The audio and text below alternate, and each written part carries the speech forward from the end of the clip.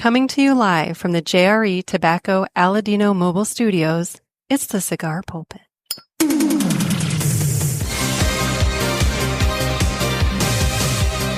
Hello, everybody, and welcome to another sermon from the Cigar Pulpit. I'm the Bishop of the Burn, Nick, and today I caught up with everybody's favorite Aladino sales director, Trey Mac Shipley. He finally is home, and we can catch up with him to find out about how life has been. But, you know, he's had a lot of work lately, and so I wanted to talk about, you know, a lot of things other than cigars. So we touched on cigars in the beginning, but quite frankly, this conversation goes all over the place. We start off talking about sports and some observations that I've had after now, you know, actually like paying attention to sports for probably one of the first times in my life. And then from there, it goes all over the place, guys. All over the place. We get curmudgeonly for a little while. We talk about road trips and some of the wacky adventures on road trips. So, like, buckle up, sit back. It's time for a conversation with Trey Mac. I'm joined today by Trey Mac Shipley. How you doing, buddy? Good. We're alive. We're kicking. We're rocking and rolling. And you're home. Home for the first time in 6 months. Plus in and of itself, right there. It really is. There you go. Well, I looking for my cigar stand so I can fucking set my cigar down when I'm not puffing on it. But I have a cigar. I know you're inside and you can't smoke, which sucks. But you've probably done a lot of smoke in the last hour. Yeah, plenty. So, you know, take a break. It's okay to take a day off, folks. Oh, we're going to be, fair warning to everybody listening, like, we're going to basically be taking a break from cigars. Like, I'm going to have one. But, like, in the spirit of open and honest transparency, after the cut and light, Trey Mac's going to get, like, a few minutes to do due diligence to his employer and my advertiser. And after that, we're not talking cigars. This is going to be a no cigar zone because he's had enough of that. And quite frankly, it's like, we're just going to fuck around and talk. So, anyway, so just putting that out there, right in the beginning. So I am firing up a cigar that I picked up over at the Louisville Cigar Company. Louisville Cigar Company. I have the Aladino House Blend or Lounge Blend. Lounge Exclusive. It's the Lounge Exclusive.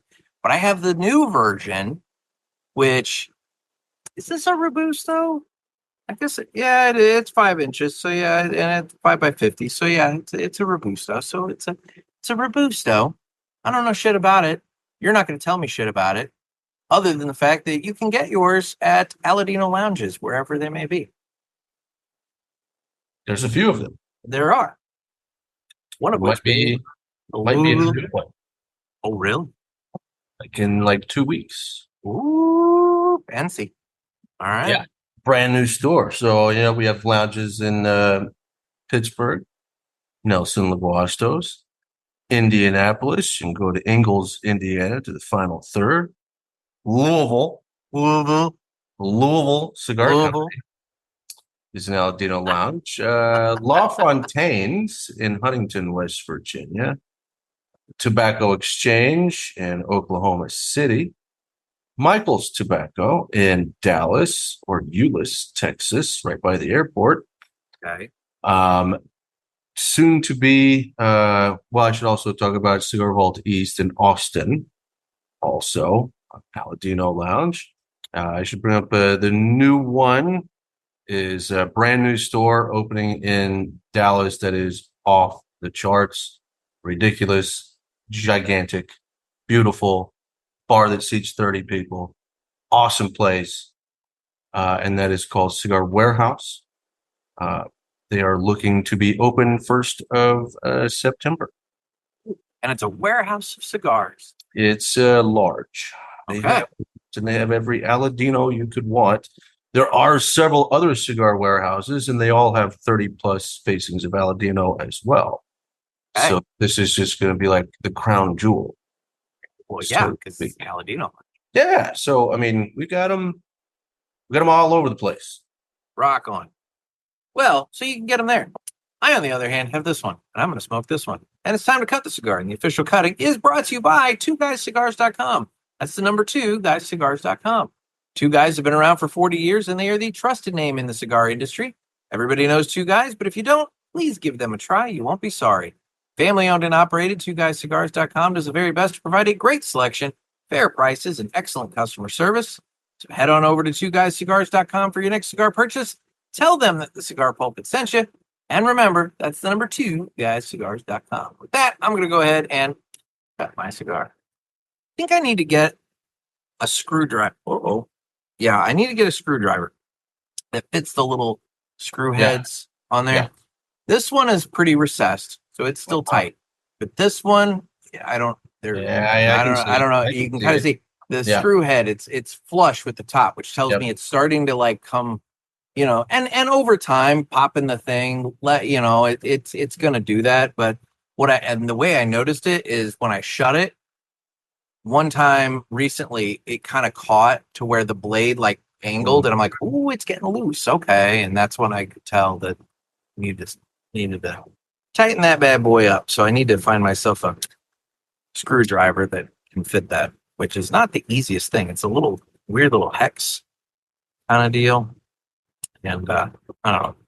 Anyway, sorry, caught a piece of little wrapper there. All right, so I mean, it happens. Yeah. All right. Whoa. So we could just trigger everybody to just making those noises. Yeah, and the next thing you know, the guy's cat's throwing up. And the cat yeah. Oh, yeah. Back when I had cats, that sound sends the worst. Just shivers down your spine. The worst. Because, okay.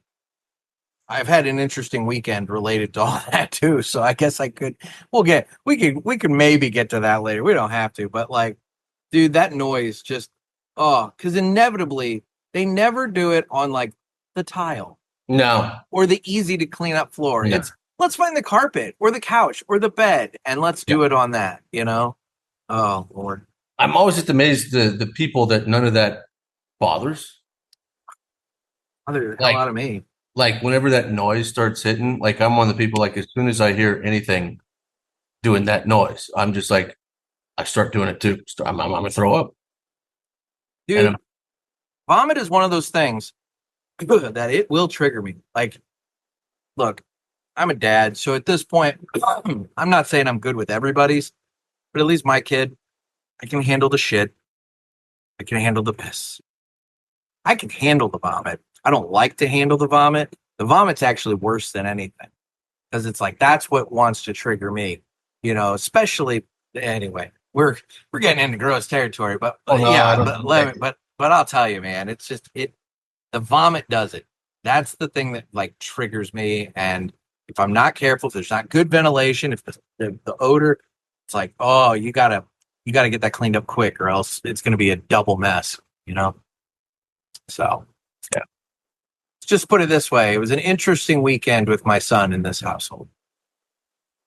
Yeah. Interesting weekend. Yeah. The Chipotle bowl. You never want to revisit a Chipotle. Hey, man, at least you didn't get that salad parasite. Yeah. I've heard that's not great. That's true. Yeah. Yeah, I don't want to encounter that. Actually, so he likes going to both Chipotle and Qdoba. And Qdoba actually had signs up saying that they were not using jalapenos in anything, like and whatnot. So like, because that was one of the things is that they traced it back to some jalapeno as well, and it's ones that Chipotle and Qdoba use. But I didn't see any signs at Chipotle. I don't know. That's probably bullshit. That's probably like the Spanish flu that started in America. They're like, this definitely wasn't American lettuce. This Mexican jalapeno. Gotta be. That started this. It's gotta be Mexican. So, yeah, I don't know. Anyway, all right. Enough vomit talk. Let's talk Aladino. Jesus Christ. There's a segue. So yeah, this is your moment to shill for your employer and to promote whatever. So like, how's it been going? Aladino, hey, Gorbusto's rocking and rolling. The 85ths are flying. There you go. I just did 3 events last week, and the 85th was hot all over Texas. Okay. So I did Austin, San Antonio, and Houston in 1 week. And 85ths were numero uno. In fact, I had one guy, I'm in Houston, and there was a dude that was there waiting for me to show up. Nice. This guy was like pumped, and he had his whole family with him. Oh, it was a family event. Oh, yeah. He had his wife and his son and his daughter. I like the Aladino man's here. Yeah. It's too funny. And as soon as the clock struck, this dude straight to the booth. And what he bought 2 boxes of 85th and 1 box of classics. Okay. And I was solid picks right there. Yeah. I was like, all right, this is a good way to start the day. And he just like wanted to like meet and talk. And he was so excited. He's like, I've been living in Alaska for the last 30 years. Oh, so he hasn't fucking seen shit. Yeah. And he's like, and Aladino's my favorite brand. And I just moved here to Houston this week. We just got in the house, and he's like, first thing I see, Aladino's coming to town. And he's like, I had to go. I've never had this chance before. And I'm like, all right, I'm really not, that big a deal, but the stars align. Don't sell yourself short. You made that man's day. He brought his whole family out to Yes, he did. I had to shake all of their hands. And did he name his son Justo? Oh God, that would have been awesome. He has his son Justo and his daughter Vivian. That'd be so funny. That would have been hilarious. I would have loved that. That would have been awesome. But, or maybe his wife's name is Vivian and he changed his to Justo. There you go. Maybe. Role play. The son could be Andre. And this is going to be a really fucked up Brady bunch. I think it's funny as shit. That's pretty cool though. But that happened. That was Saturday. I got to get you some of the crow stickers for when you're out traveling. You can like give those away. I'm down. I'm self-deprecating. I'll do it. I'll have to get you some of those. I have some spares. I've noticed some people are posting those online. Yep, that's apparently a thing. I mean, look, man, everybody knows you and the crows. So well, and I went and saw Travis and Ashley at CNS Cigars while I was out there by Austin, and had a great time. Travis was working, so it was Ashley out there. Hung out with her and her cronies. That was a good time, and she mentioned coming to Pulpit Fest and that possibly bringing stickers. Oh.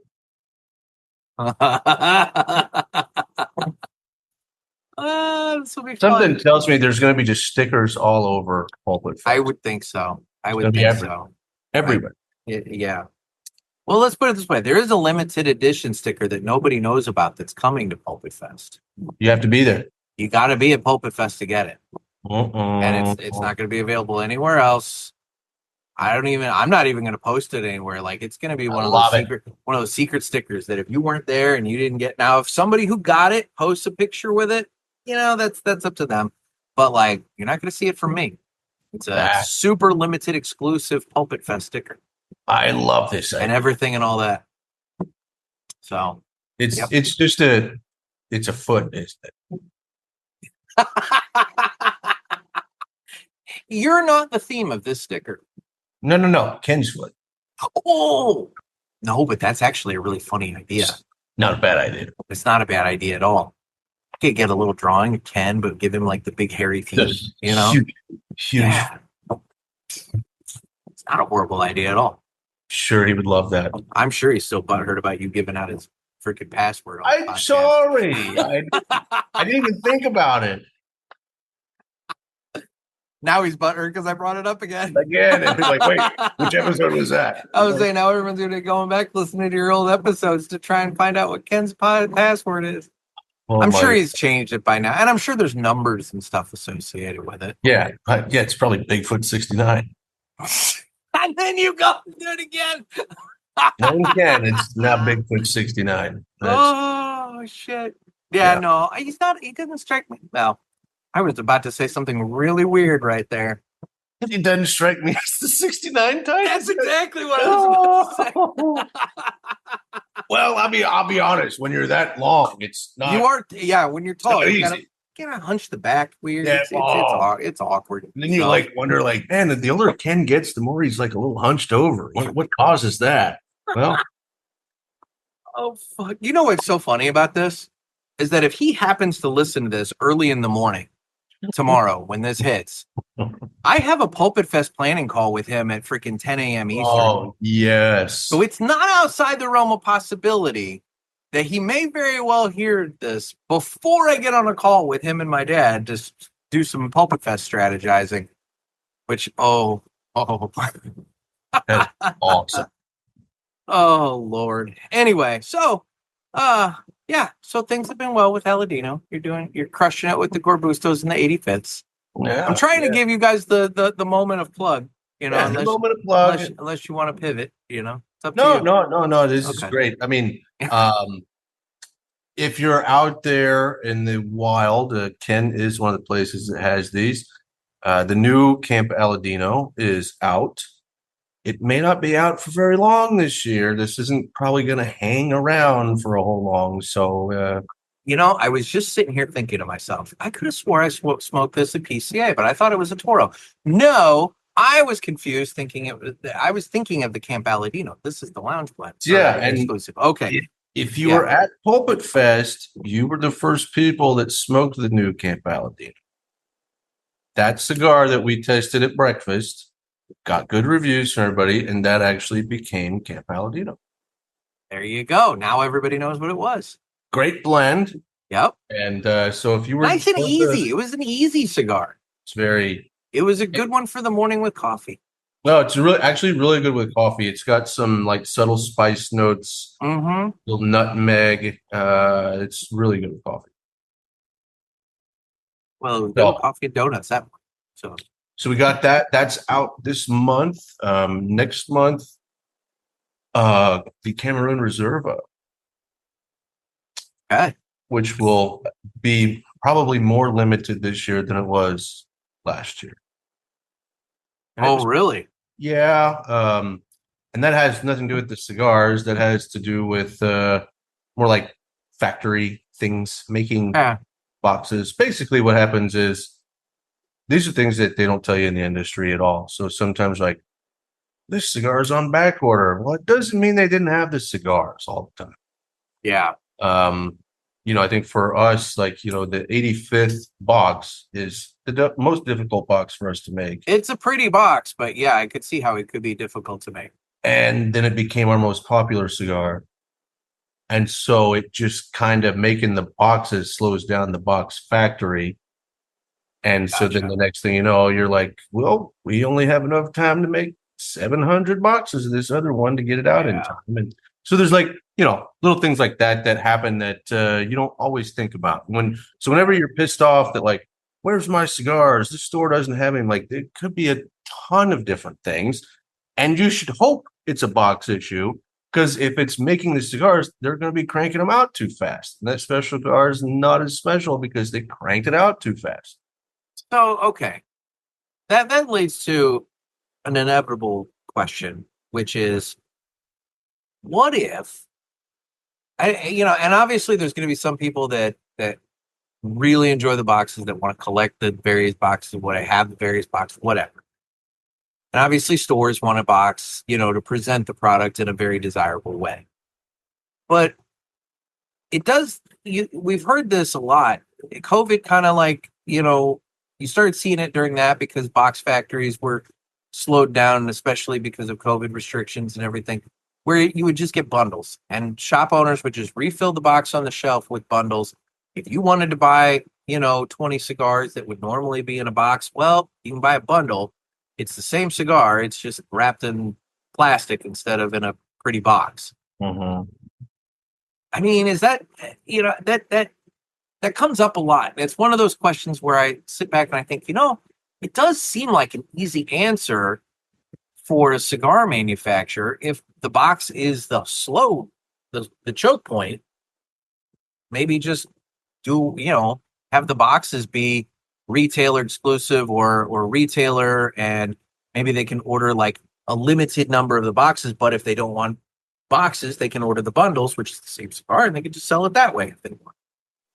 I don't know. Yeah, I totally get that, and I like leaning that direction just because at the end of the day, that's the most waste in this industry is the box, and I'm not a fan For of waste. sure. At the same time, I'm also a purist, and if I want to buy a box of cigars, I want a box of cigars. Well, and let's be real. There are some boxes that are worth the box purchase because the box is pretty. You've mentioned the 85th. It's a very nice, presentable, attractive box with the yellow and the car and everything else. And not to stroke your ego or anything like that, but the Aladino 250th, man, that box is fucking gorgeous. And I have mine up on top of my cabinet humidor in the office in there, just on display. Because I mean that's like the only box I have on display. Because quite frankly, it's just a fucking gorgeous box. I appreciate that. But my point is, so every once in a while, something like that could, and maybe that's the key. Maybe making it a limited edition, like as part of a limited edition project, like yeah, you're getting this limited edition cigar, but at the same time, it's also coming in a very attractive package. But like, for example, your standard Aladino Corojo reserve, or not even reserve, just your standard Aladino Corojo Robusto. It's like, do we really need to be putting those in boxes all the time? I mean, there's so many different things to think about. I mean, would you buy your whiskey in a carton? It's a valid point. It is. It's a valid point. I mean, you could, but see, I guess it all just depends on your consumption and like for me, I mean, fuck, dude, it takes me shit. I have bottles in there that I think I bought, at the time of my divorce, So, I mean, like, for me, it takes forever to go through any sort of a bottle. For somebody who goes through, like, a bottle every 2 weeks, yeah, I could see how maybe, but then it leads to the inevitable question of, is there a price break that results? Because, I'm not getting it in the fancy box that costs you guys X amount. I'm getting it in this plastic. I should get a discount, blah, blah, blah, blah, blah, and all that. I don't know. It makes it more complicated, I guess. It's a weird thing, and I see the argument for both sides. It's just, at the end of the day, I'm a purist, and also like I feel good about the cigars being protected when they're shipped. Now there is a valid point there. You're right, and bundles make that a lot more difficult. Yeah. But that said, I do think there needs to be something thought out because for me, it's just the amount of waste. The waste drives me insane. Every store I go to has a mountain of boxes, and I'm just like, yeah. And some are trying to sell them, some are giving them away. Ultimately, they're all going to end up in a burn pile at some point. Yeah. And yeah, it's a thing. No, you're right. It is a lot of waste, especially now. I'll give Padron some level of credit with their return program that they have, where the shops can send back the empty boxes and then they reuse them. Which is why if you're a consumer and you buy a box of Padrons and the box is all dinged up and everything like that, it's because that box has lived a couple of different lives. Yeah. But on the flip side of that, I look at that and I'm thinking, man, that is way difficult for a small company to implement. I mean, that's not like, and I'm not even calling Aladino small, but I'm just saying, like, for you guys to do that, the amount of logistics in order to make that feasible, I would think would be fucking stupid. Yeah, no, I mean, we're a mid-sized company, and for sure, like, just the cost that you would incur to then ship those in a container back to Honduras. And then turn around. Yeah, exactly. So it actually doesn't save you any money.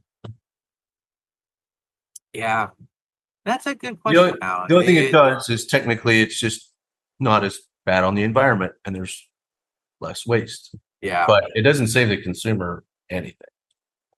No, in fact, it might make the cigars go up in price because you're right. They're having to ship an entire container full of empty boxes back to, in their case, Nicaragua. Those containers have gotten way more expensive than it was before COVID. Yeah.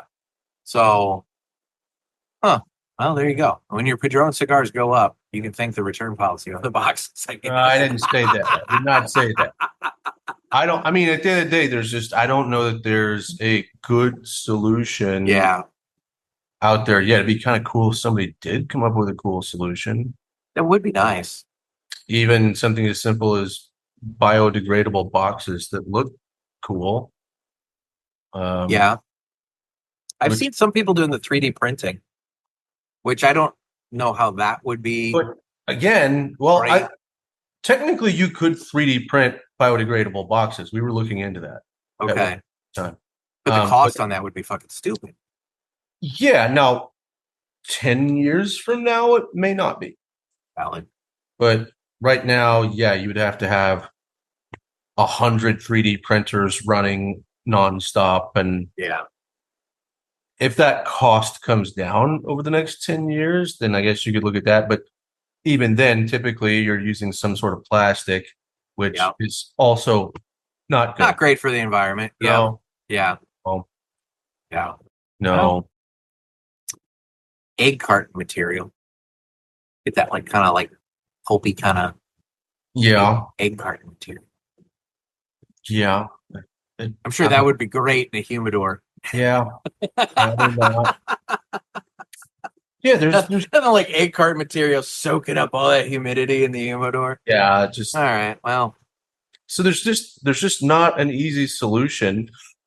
Drop your ideas in the comments. I mean, if you've got an idea, let us know. Yeah, because then we'll make the money off of it when we sell it to the whole industry. Anyway, all right. Well, unless you have anything else, that's enough shop talk. What else? One last thing. It's your show, it's your moment here. It's definitely not my show. I'm giving you the floor for the corporate stuff before you and I just have some fun. So just be on the lookout. November, December, somewhere in there, a new size of 85th will be rare but available. Ooh, right around time for the holidays. Okay. So if you like the 85th, there's going to be something to chase. Is it going to be one of those football pig? No. Perfecto things? No. Not an egg, not a football. It's going to be the little twisty one. What is it? No. The Calabra? Yeah, Calabra. Yeah. No. Oh, you guys should do that. But you should do it with no. Hear me out here. You guys could do it with the OG Corojo, the Cameroon, and the Maduro. You guys did the whole Rothschild gift pack, thing. Just do it with do the Calibra with the 3. I get, and maybe this is an unpopular opinion. When I see people smoking that crooked ass shit, oh no, it's bizarre. It's a novelty, folks. What the fuck are you doing? I have one in the humidor, and a full one, and I've smoked a third of one otherwise in my life, and that's it. Because it's bizarre. If there was a way to do a mini Culebra, and there were 3 different blends, and you could literally smoke them all at the same time, maybe I would be interested in that, just for the odd factor. At the very least, if you could do like a thinner ring gauge, if you could do 3 Lancero ring gauge, maybe to where yeah. I see what you're putting out there. Because instead of a barber pole, you're literally getting 3 different cigars at once. 3 different cigars at one time. My God. My numbers on my spreadsheet would just shoot through the roof. Yeah, maybe we just came up with something. That could be fun. There you go. We just got to somehow get... how the hell... I don't even know how that would even work. I don't... But see, I don't know the process. I assume they got to be super wet when they're twisting them around and everything in order to I have no idea. I've seen Hamlet. I've never seen the process. I've seen Hamlet roll one, but of course when he's rolling stuff, there is moisture, so hard to know what the actual process is because we don't do those on our farm. So I've actually never seen it in person. Yeah. So I'd be lying to you if I told you how it's done. I don't know shit. Well, the one I've got inside is a JC Newman, so maybe at some point I'll have to ask German. She'd be like, "You guys should do this with the Lancero, please, just see how that goes." And then just say, "Hey, Trey Mac, give him credit," Exactly. And then Husto's going to be like, "What the fuck? You didn't tell me this? What the fuck? Why not? Who's not going to do it?" I didn't say that. You said that. I'm just saying, Husto's not going to make a caliber out of 3 Lanceros. You know he's not going to do it. He's like, "Bro, what have you been smoking, bro?" It's not a cigar, bro. Oh, shit. All right. Well, unless you have anything else, we're moving on. Okay. So one of the little things I figure we can talk about that a little unexpected bit of Trey Mac's personality that I didn't know about until the World Cup was that you watch and appreciate soccer. Yeah. For over half my life, I guess. And so here's the thing. I'm in my garage watching this thing and I'm loving it. And obviously the people on the show are sick and tired of hearing about it. Too fucking bad. And, it's one of those things that I'm watching it and all I'm doing, I'm sitting here chatting with my chat GPT about it because I'm like, I don't know anybody else who watched it. And somehow or another, you and I started talking about it one night on the phone. And that's when it's like, holy shit, he knows about this. And like, so then at that point, you and I start talking about it and we've gone from there.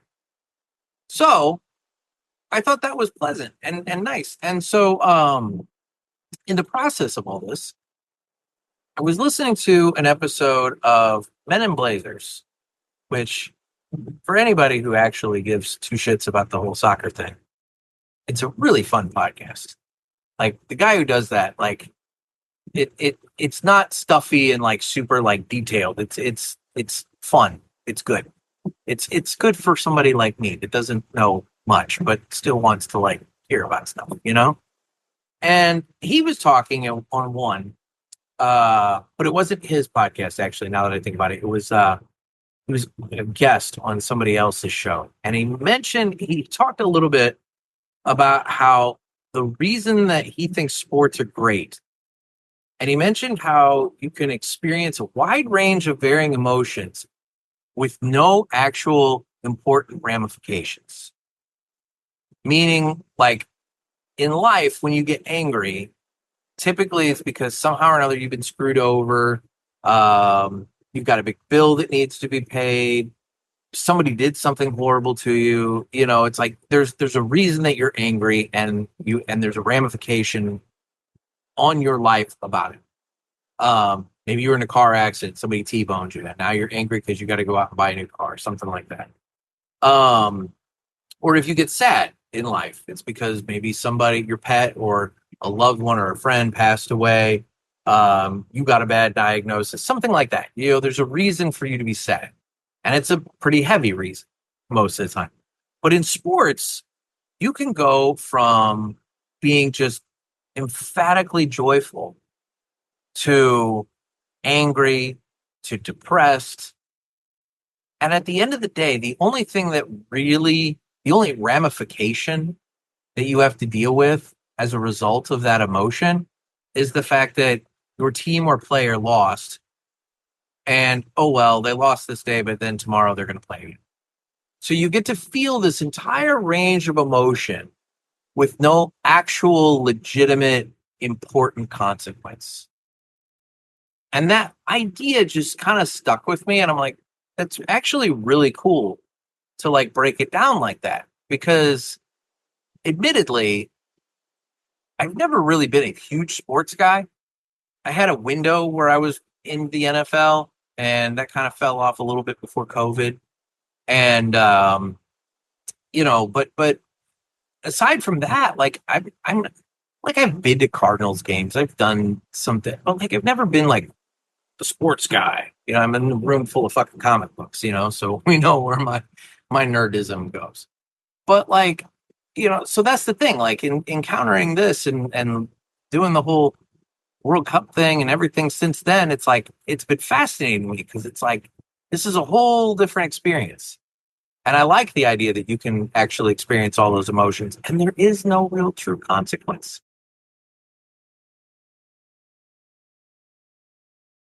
Okay. I love it. I love it. So I can give you a bunch of points of view on this. Looking at it from a sociological lens, I would say you're more in tune there with the majority of people that participate in watching sport. Yeah. And I did have to take lots of classes on this shit. So unfortunately, I had to write papers on this type of shit. All right. Well, then we have a conversation topic. Yeah, but I would say at the end of the day, the overarching idea, yours is like it's a piece of the pie. Okay. The larger perspective, in my opinion, is that what makes sports great is that it is a condensed microcosm of life. Well, no, I can see that. Like I said, high highs, low lows, you're all over the place. Yeah. However, there are two other sets of people. There's the set of people that it is their life. Like, I'm talking fans. Okay, I was gonna say, I'm talking fans. Obviously the athletes, it's their life, it's their that's career, a whole nother sociological the athletes themselves. Yeah. But then no, there's fans that like it's their life. And a loss on Sunday will affect you for 6 straight days. Like massive. See, and okay, I get that. And I'm sure I know people that are like that. But the only thing I would say to that is like, is there a perspective loss involved in that? Well, yeah, you're obsessed. That's my point. Like, there's a lot of obsessed people. Okay. So that's another group. And then the other group outside of that would be anybody who has played for a large amount of their life or anybody that coached. They view the game through a totally different lens. Well, again, they're looking at it from the perspective of, because I am talking fans. I'm not really talking the players because, that is their livelihood. That is their career. We can have the discussion of, oh my God, these guys are making millions playing a game. But you know what? We obviously, as a society, respect it enough for them to be making that kind of money because otherwise they wouldn't be, Yeah. So it's important enough to us as a society to continue to buy the tickets, support these teams and give the ownership the money they need to then pay these guys the millions. I have personally been each of these people that we've talked about. Okay. And I miss what you're experiencing. Namely the ability to be like, that fucking sucked, and then you just go on the rest of your day. The highs and the lows, and then it's over. Yeah. Like I don't get to experience that anymore. Like, and I miss it, but there's no once it's gone, there's no getting it back. Like I can equate that to my time, and you probably can too, because I know you had a stint in it too. My time in politics. Yes. Namely, there's the pre-politics life and there's the post-politics life. And once you get into politics and you learn how the sausage is made, the light switch is turned on and you can never flip it back off ever again.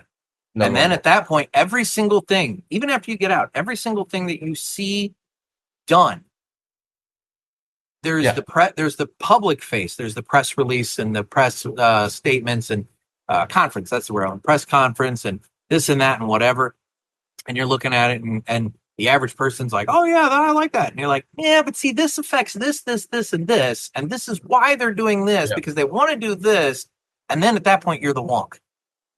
And it's like, what, and you can never turn that off. So I guess okay. So I see what you're saying, which is that when you get into the sports, you're you're a wonk at that point. I get super jealous of the people that were involved in sports, or even there's some guys that played professionally, and after they're done, they can go right back to like being like you are, which just tells me like, well, you never really took it seriously, did you, bud? You just got through on your abilities. Whereas like you can listen when you watch the NFL and you hear like Tony Romo or Tom Brady call a game. Yeah. That's what they see when they watch a game. They don't get to watch game like you do. They're breaking it down. All like their head constantly like, and just like you were talking about the sausage being made in politics. Yeah.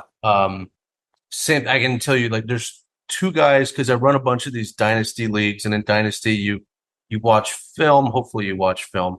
Because it's a year-long process, right? And you have a rookie draft. You do it just like the NFL does. Okay. You got to pay attention to things. Like if you're going to draft this guy and he's going to be on your team for the next several years, you got to evaluate him just like the NFL would. I can tell you two guys that it does not matter how good they were or how good they are. They do two things that pissed me the fuck off watching film. And it's all I can see. One wide receiver, Cortland Sutton for the Denver Broncos. He's actually turned out to be a fairly good player, but when I was watching his college tape, I was like, I'll never touch this guy. He didn't know how to use his thumbs. Okay. And you're like, what do you mean? And I'm like, no, when he catches the ball, his thumbs are the opposite of where they should be. And my friends were like, if he catches the ball, he catches the ball. And I'm like, wrong. At some point in time, someone was coaching him how to catch the ball. He decided to never do that, which tells me he's not coachable, which tells me in a moment when we need you, I don't need you. You're not the guy because you're not listening. Yeah. So, like, yeah, all it is, like, every time I watch him catch a pass, he's like, whoa. And I'm like, what do you do? Don't catch it like that. And the other, I can't even remember this guy's name now. He was a running back for the Rams. I don't know, not that long ago, like 5-7 years ago. And this dude carried the ball in the same arm, no matter what. I'm like, that's not what you're taught. Like when you're like 5 years old, they teach you to carry the ball towards the sideline that you're running towards. Okay. Because on the whole reason is if the ball were to get stripped out, the better chance is going out of bounds. Bouncing out. Yeah. Protect the ball. And this fucking guy, didn't matter where he was at. He was at left arm and he was just holding on. And I'm like, I don't want that guy. So half the time he was doing it right, but the other half the time he's screwing it up. I cannot trust this human being. And I would just watch him on Sundays and I'd be like, get this clown off the fucking field. He doesn't belong in the league. Like, which then leads to the question of how many times did he get hit and it fumbled out and it became a turnover? My argument from a coaching perspective would be like, doesn't matter. Yeah. If it never happened, the possibility was higher. Yeah. And I don't want to, and you're not listening. You're not coachable. Like you have to be coachable. Like if you're not coachable, I don't want you on my team, whether you're 5 years old or 25 years old. Don't give a shit. I can see that applying to a sales force too. There you go. We'll just leave it at that. Yeah. But yeah, no, it's like that. So those are the things when I'm watching a football game, that's all I see. Like, and even if it's like a major play, like I'm pretty fucking calm. I just sit there and like, let's see how this goes. Holy shit, that was amazing. Yeah. They disappointed me there. But on the other hand, being an obsessed fanatic, been a Chiefs fan my whole life. And even after I went out of the fun fan when I was a kid to then the obsessed fan as a teenager. And then I was good at though that my obsession was just based around the Chiefs. I could look at everything else analytically, but I couldn't do so with the Chiefs very well. Yeah. And that all built up until they finally won the Super Bowl there in 2020. And I like, there's a picture of me and the tears are just like, I'm bawling like a little fucking baby. All of it got released. It all like, it was like 30 years of shit just pouring out of me. But once we got through that moment, now I watch the Chiefs totally different. We got past that. And now I watch them just like I watch everybody else. Just like, oh, okay, well, good job there. Well, I wish you would have done better there. But still, I miss being able to experience a game like you get to. But I think the majority of people are more like you, and that's why the bread and circuses work. Yeah. I think it's interesting. It is. Well, and I'm also new enough at this to where like there's so much happening right now that I am like drinking from the fire hose.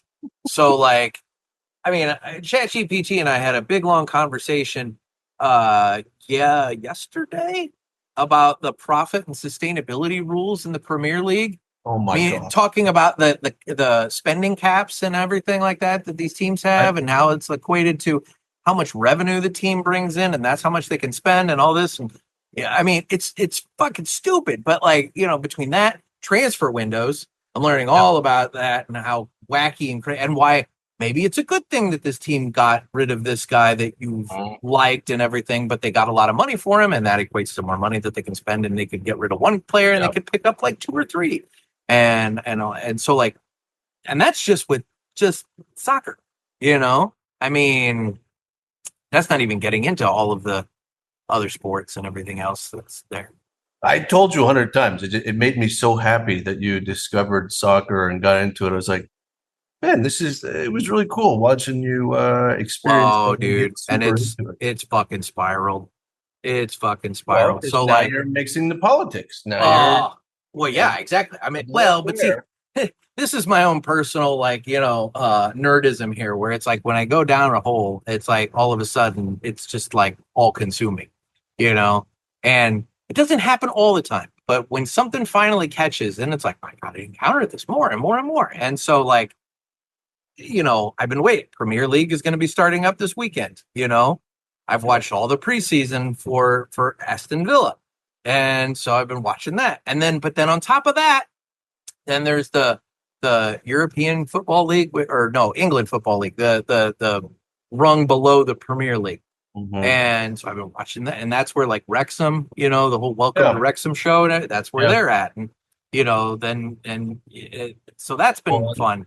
And then there's relegation. You got to keep up with relegation. Precisely. And then at the end, and then totally separate from that, my real thing that I have encountered that I'm just absolutely enamored with, and I have briefly touched on this in the Villiger report, fucking Scottish Premier League.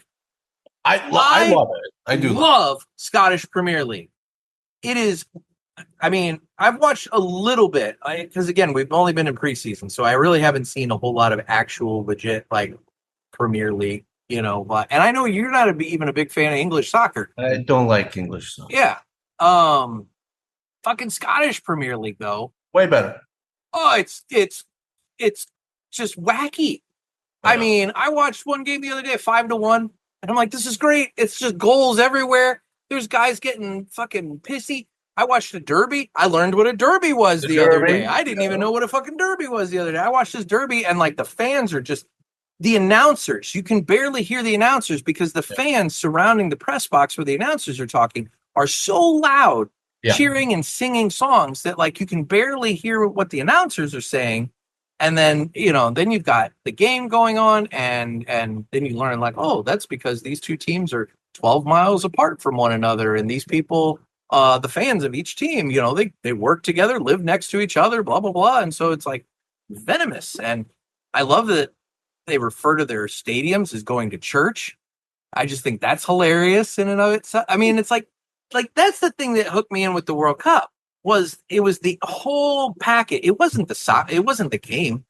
It was purely, you know, the Tartan Army in Boston, the Japanese fans cleaning up the Cowboy Stadium after the game there. It's these fan experiences and learning about all that. But then on top of it, then learning all the different stories about, oh, this team hasn't been in there for 28 years and they're finally there and this and that, whatever. And the stories. But see, that goes back to me in the newspaper. I mean, it's like, what the hell? Why am I doing a newspaper unless I give a shit about hearing people's stories, you know? Yeah. So I don't know. I find the whole thing fascinating. No, that's why I think you should get into all of the 30 for 30s.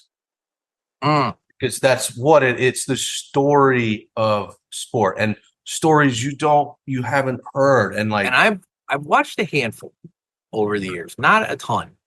There was one that was about this little minor league hockey team, and was it a mobster bought it and his kid ran it, and it was like fucking crazy. That was a fun one.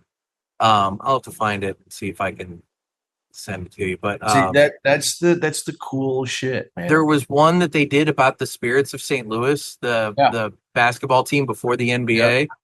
And that's where like Bob Costas got his start, was calling those games. So he's all up in this thing talking about it. And like, what was that Will Ferrell movie that they did about the basketball before NBA? Semi-Pro. It was like that time period. And some of the wacky shit that they did in that movie, like the Spirits of St. Louis were doing over here and everything. And it's just crazy shit. And then the fact that the owner of the Spirits, when they finally merged the leagues and created the NBA, his team was left out in the cold. And as compensation for that, he basically said, like, okay, I'll take this small pittance of money, but I also want X% of all of the revenue from TV rights for the NBA in perpetuity.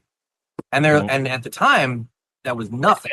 So they were like, okay. Yeah. And then it blew up to where it ended up being the largest like sports deal in history or some shit like that. It's insane. And but back to the soccer, you were telling me about the two Escobars, and I watched that. Great. Fucking crazy. Great. And you talk about mixing politics, current events, sports, all into like one crime. Yeah, exactly. I mean, it was a lot. So good. Sad. And so sad. But I'm not saying, and for both of the Escobars there, actually, it was kind of sad. Because, like, and I'm not saying I'm defending Pablo Escobar here or anything like that. Because, I mean, obviously, he was a fairly bad dude. But, like, he did do some good stuff for the people of Colombia as well. Yeah. You know? Yeah. But sometimes you need to see the full story to even get any glimpses of that. I mean, but to me, that is the beauty of sport. And that's, I do get I do get a little strange when no one has experienced that. Yeah. In any like level. And I'm kind of like, I mean, there's a beauty to it just because it's a condensed version of life. And the stories behind a lot of these sports are more crazy than you could ever imagine. And I'm here for it. Like it, and these goes for like sports that you don't even think of, you know, like, I guarantee you, there's somebody listening to this podcast who has an incredible life story based around darts, you know? I sent you an Instagram reel. I don't know if you saw it. The freaking dude coming into to the dart tournament. Oh, his theme song? Yeah. He had a theme song, Titanium. I mean, he's like singing to it. And it's just this fat white dude in a freaking shirt. And like the whole place is going nuts for him. And I'm like, this is freaking darts, you know? But yeah. Darts, arm wrestling. Dude, like, it's all the shit that should be like ESPN does the Ocho every once in a while. Yeah. They need to purge about 3 of their channels and just do an Ocho channel. But I don't want like I want true goofy shit. I don't want like, oh, this is a little off base. No. I want the dudes running down the hill to catch the wheel of cheese. I want like, you know, stair climbing competition. I mean, whatever. I want the goofiest shit you could possibly put together in sport on that channel at all times. Because you know it's all out there. Yeah, the cool thing is that we're at a point now where you can video document like literally everything you're doing, and you can kind of make your own like diary, which you may not know is worth shit, but then if things just go the right way, you're like, actually, like people would watch this if we put this in a movie. Yeah. I think back to some dumbass shit that I did. They used to be like super popular, like when I was just getting out of college. They were like the Spartan race, the Tough Mudder. I was all into that. I was in great shape, and I was like, want to do them all, like races that are a little fucked up. Yeah. But I was going to do my first Tough Mudder with about 6 or 7 buddies, and my whole thing was this went into preparation. You know, we had to train for that. One of the things that they had back then, like I think it was the Tough Mudder. They have this ending section of every race where it's water up to like waist high. Yeah. So jumping into the water and you're going through. But above there, around shoulder height, are live wires. Oh. So while you're going through, you're Catching shocks. getting shocked. My God. And you just have to like plow through it. Now the shitty part of that God. I remember like when I was finally done, I got into the water. I got to go through the big mud and water section, right? And it was like 110 degrees that day. And I was sweating, and we'll get into why it was worse than other people in a second. But I remember hitting that water, and it was so cold, my whole body just like froze. Like I couldn't move my whole body's like, I can't even move my legs. And then I'm getting shocked. Oh, just gotta get through this last part. Oh my God. But that whole thing, so we were training for, I wish we would have videotaped, like we didn't have cameras and shit like you do on the phone now, but like the whole thing was and I kept quiet the whole time. Like somebody was like, I want to smoke a cigarette during the whole race. And I'm like, well, they're not gonna let you do that. No. I want to have the best time. I had another buddy that wanted to have the best time. I kept quiet the whole time until I got the day of the race. So I was like, what am I going to do to make myself known at this fucking race? Oh, no. So we get up for the heat, or not the heat, like your group, right? And my buddies are like, Trey Mac, are you even going to make it through this thing? And I go, hold up a second, fellas.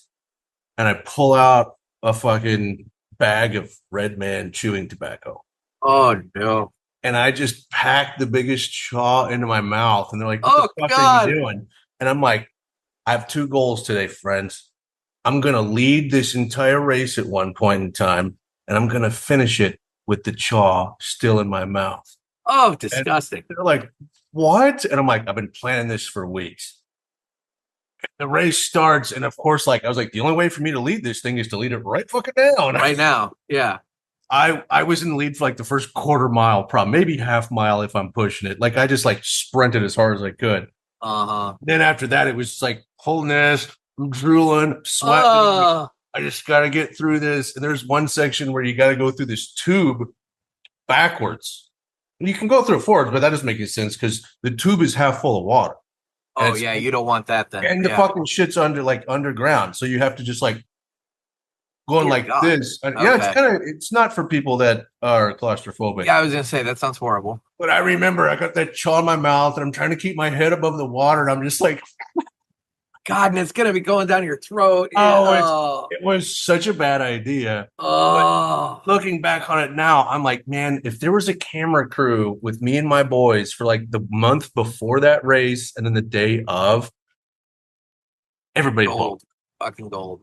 Like, and we have that opportunity now, and it's those little things with any sort of athletic competition. Yeah. I think are fucking awesome. Or think of like a documentary with the Special Olympics with like those guys that are like putting themselves into like they're doing the same thing the other athletes are doing. Like they're pushing themselves to the fucking brink, but I guarantee you they have different mindset For and sure. like different challenges and like, but at the same time, it's all just a giant microcosm of everyday life for all of us. We go through all these things too, but I would watch that.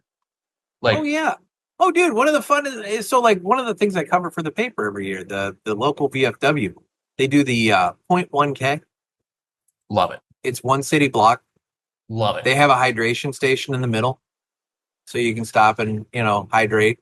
And but everybody dresses up. It's like a giant. It's a fun run. It raises money and everything, but it's a fun run. There's that, and then there's the Tour de Donut, which is like a bike race. And they have different stations along the way, and you have to stop and slam back donuts at these stations and then keep riding. Wow. So, like, by the end, you've eaten, like, I don't know, a bunch of donuts and also done, like, a couple mile, however long the race is, bike race. And it's like, you just have people throwing up all over. It's horrible, but at the same time, it's kind of amusing, So it's like, how could... Taking sport and adding just this level of just jacked upness into it. I appreciate that. Yeah, a little chaos is yes. Good. And that's why I like the Scottish Premier League, because it's like these guys are freaking chaotic. Yeah. It just gets crazy. I love it. I love all this shit. Like, I can't get it out of my system. Interesting. This is where we were going tonight. This is yeah. But back to but to your point about the politics and the deep dive and everything, I've been fascinated with all this stuff with FIFA and the leadership structure and the infighting going on and everything revolving around that. And I get the whole deal today was, I guess somebody flat out asked the guy in charge of the Scottish Football Association, like, I know UEFA's come out against Infantino, the president of FIFA. Are you guys going to support him? Because I guess there's some word that France might break with UEFA and support him. And it's like, what the fuck? Imagine that. Yeah, I know, right? And but Scotland's like, oh no, we're not on board. We're sticking with UEFA on this one. So I'm like, okay. And I've told you this too. Like, get used to it, because pretty much after every World Cup, a whole bunch of shit comes out, and every time. Mm-hmm.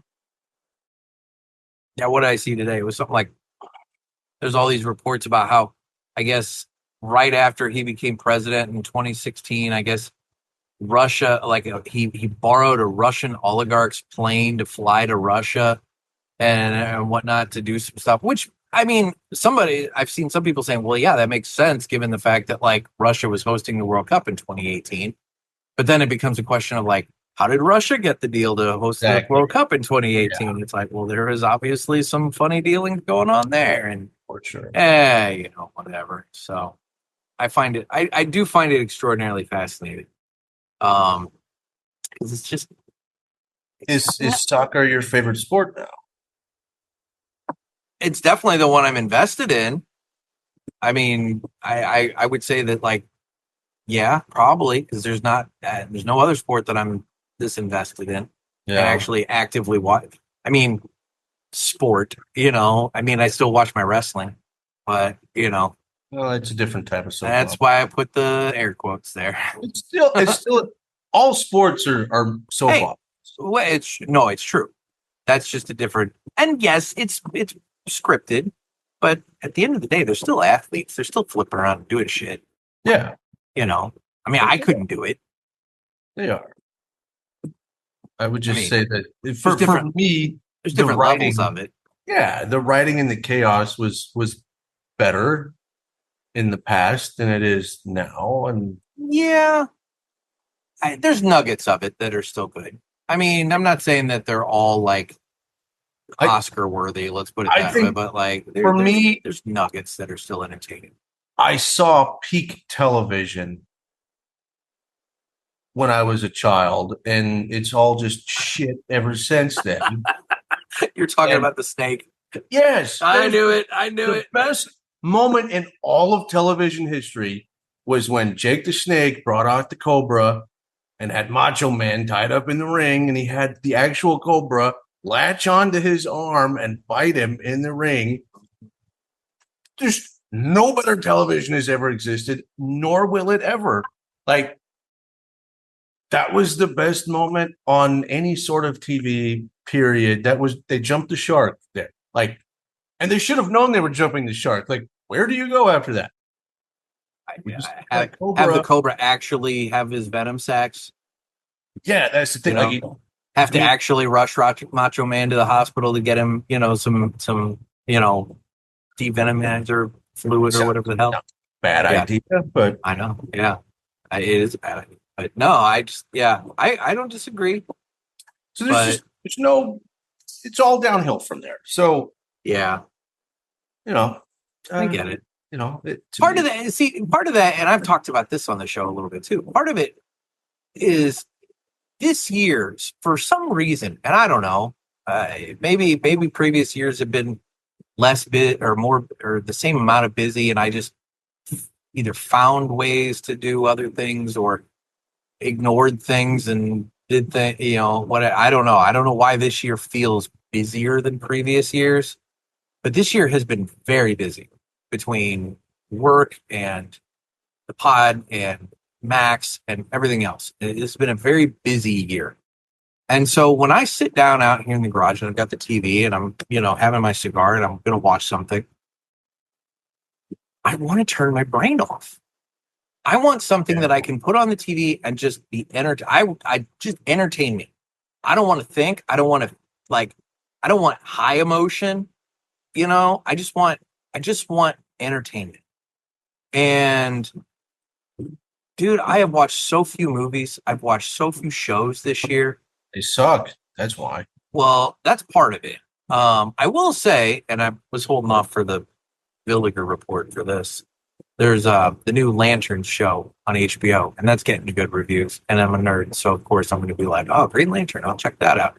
But the thing is, I hate this week to week dribble that the streaming service. I loved it when they would just put the season out and you can just binge it. And so what I do now, I let the season run its course. Yeah. And then I can go and binge it. So I have shows that at one time I was interested in watching, but I was waiting for it to bank up, and then I'd watch. And now here it is 6 months after it ended, and I'm just like, man, I'll get to it eventually. I do the same thing. And will I? I don't know. I don't think maybe that industry doesn't realize that they conditioned us, and then they started taking that away. And it's like, well, I mean, yeah. Well, they wanted to keep the hooks into us for the subscription service. They saw people coming in, binging it, and then dropping the service after a month. And it's like, well, I get that. But if you had enough other quality content on the platform, I'm going to find something else to watch and continue watching and that sort of thing. But I don't know. So what, but to my point, if I'm looking for mindless entertainment, look, there's some old staple shows I can always go back to. I've seen Sopranos enough times that I know what's going to happen, but I don't care. I still want it. Mm-hmm. Simpsons seasons 3 through 8, I can watch those on repeat ad nauseum. I don't, that's the sweet spot of the Simpsons. And otherwise, that's where the wrestling comes in. That's where the soccer's now come in. It's good, relatively mindless entertainment. I can turn it on, I can zone out, and I can be entertained. And I'm happy with that. So I think you make several good points there that are hitting home quite a bit, actually. Because I got a question for you, real quick. Hold your thought, because I want to come back to that. But I'm gonna real quick. Why is it that when I get to about this far in a cigar, and it doesn't matter what cigar it is anymore, I have trouble keeping it lit? Ken from Ash and Ale and I were talking about that recently. Well, you're talking about the final third of a cigar? You get to the final third of the cigar, all of a sudden it becomes more of a struggle to keep it lit. When you stop on the second third and you're talking and whatnot, and then you come back to it, it's got some life to it. But when you get to the final third there, it you got to hit it again because it dies out. More than likely that has to do with stems and breaks in the leaves, because You know, when people talk about like, oh, this cigar changed flavor, Yeah. you really, that's where your staging leaves to where, you know, when you first light the cigar, and you Hmm. get like this big blast of whatever it is, and then it calms down Yeah. usually.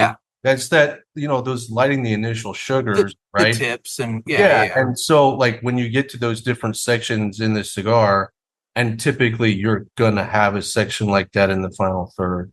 So it could be something as simple as the stuff that's being lit right now isn't just easily combustible. It might need a little oomph. Lajero, perhaps. Yeah, Yeah. something like that. Yeah, okay. All right. Yeah. All right. Sorry. That was a That could be deviation. that could be total bullshit, but just knowing how cigars are structured, that would Okay. be the best guess. I'll run with that. So okay, I'm sorry. I totally and I hope you kept your thought because I was curious as to where you were going with that. But we were talking about Yeah. mindless entertainment and how I just want to just be entertained. Just want to turn it on and be entertained. Yeah, and you were bringing up how like all this is really good because you know you've been more busy and everything this past year. Well, and And also, quite frankly, because of some of the things going on both in my life and in the world, I'm also not interested in high drama and high yeah, stakes in that regard and like chaos and everything. It's like I'm fine with chaotic soccer because at the end of the day, it's just a game, you know. But like some of these drama shows and things like that, I'm not into this. I'm not feeling it, and it's stuff that I normally would have been. well, I think the internet and our news cycle has probably like had a lot to do with destroying our nervous system. I'm very Um, sad of it. but what I was like really getting at larger picture was I don't think you're alone. I don't think I'm alone. I think a lot of people would probably agree with what I'm about to say. I think this year probably feels busier and more stressful for literally most people. Yeah, Maybe not the boomers. But it's a different story. Inflation's great for them. Um, yeah. anyway, sorry to all you boomers that listen to the show. Hope that inflation's really doing well with all your investments. Happy for you. Yeah. That's it. I think for everybody else, COVID definitely kicked a bunch of shit off. And usually there are, just like in sports where you have big highs and big lows and they just keep going in waves, right? Life, I think, is usually that way where a stressor comes out of nowhere and you're stressed for a week or two and then something good happens and then bad happens and then good happens. And Yeah. you have these spikes. Whereas that I feel like since COVID, there's just been this high frequency hum of stress that hasn't gone like this. It is just maintained. And Yeah. it over time, that shit just wears you out. I would agree with that. And what I'll say, taking it back to sports and specifically the World Cup for a minute, dude, that was the best life distraction I could have ever asked for. Discovering that and getting into that was the best life distraction possible. Because it's like before that, dude, my Instagram feed was full of Epstein file shit and this and that and whatever. Which, by the way, where the hell did that go? But that's neither here nor there. But you had that, you had the Iran war, you had all kinds of shit going on, and gas prices are spiking, food prices are spiking, and that's the shit we were focused on. And then all of a sudden, this World Cup comes along, and I'm getting into that, and I'm seeing these foreign fans coming to the United States, discovering things like Waffle House and Buc-ee's, and how wonderful they think the states are, and it's just awesome. it was this happy moment. For whatever reason, that month, that mid-June to mid-July was just a happy moment that kind of gave me this mental reset for a little while. It let me kind of like, and just focus in on the happy. And now that's over. And, it's not so much that like, I'm like, I feel a little hungover by it, Mm-hmm. that it's like, I feel like this, like, kind of like, it's this weird, like, I want that back. And so like now I'm chasing it and it's not quite the same, but it's I'm trying to make it the same. If that makes sense. Yeah, no, it totally makes sense. I mean, think about how much the world has changed. And before I get into this, Terrence McKenna may be right based on what I'm about to say. And if you don't know Terrence McKenna and time wave zero theory, maybe now's the time to go ahead and Google that. Check out Terrence McKenna time wave zero theory. Okay. But think about this. Go back to Watergate. How big of a deal was Watergate? Truthfully, not initially. Not initially. For the longest time, it was not a thing at all. And trust me, I know my Watergate because for a lot of different reasons, the newspaper aspect of it is big. But like for the longest time, Watergate was like, everybody was like, why is the Washington Post still writing about this? It's fucking stupid. And then finally, yeah. Right? Once the tapes were finally out and people could hear Nixon in his own words, that's when suddenly it's like, this is fucked up. And that's when things got crazy. So that's time wave. So it went and then big. Yeah. Watergate, right? Okay. Think about Monica Lewinsky. Yeah. All of a sudden, another big giant spike. And that was like, holy shit, Monica Lewinsky.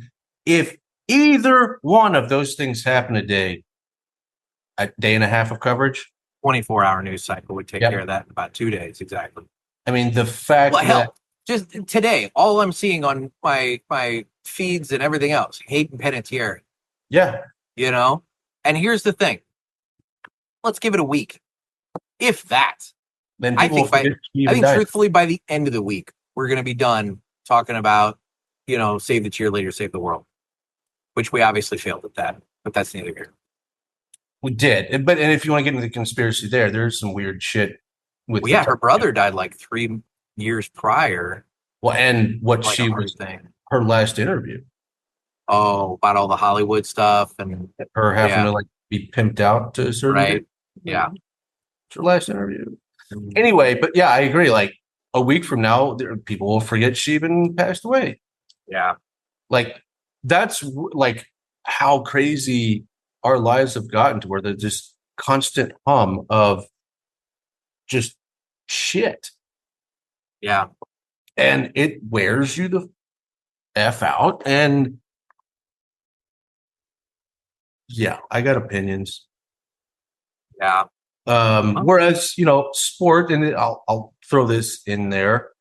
So now you're using, the Scottish League as, a little pacifier to go back to the good times of. Really wish Paramount would actually run the whole fucking thing. They do select games and it pisses me right off. It's like, don't give me select games.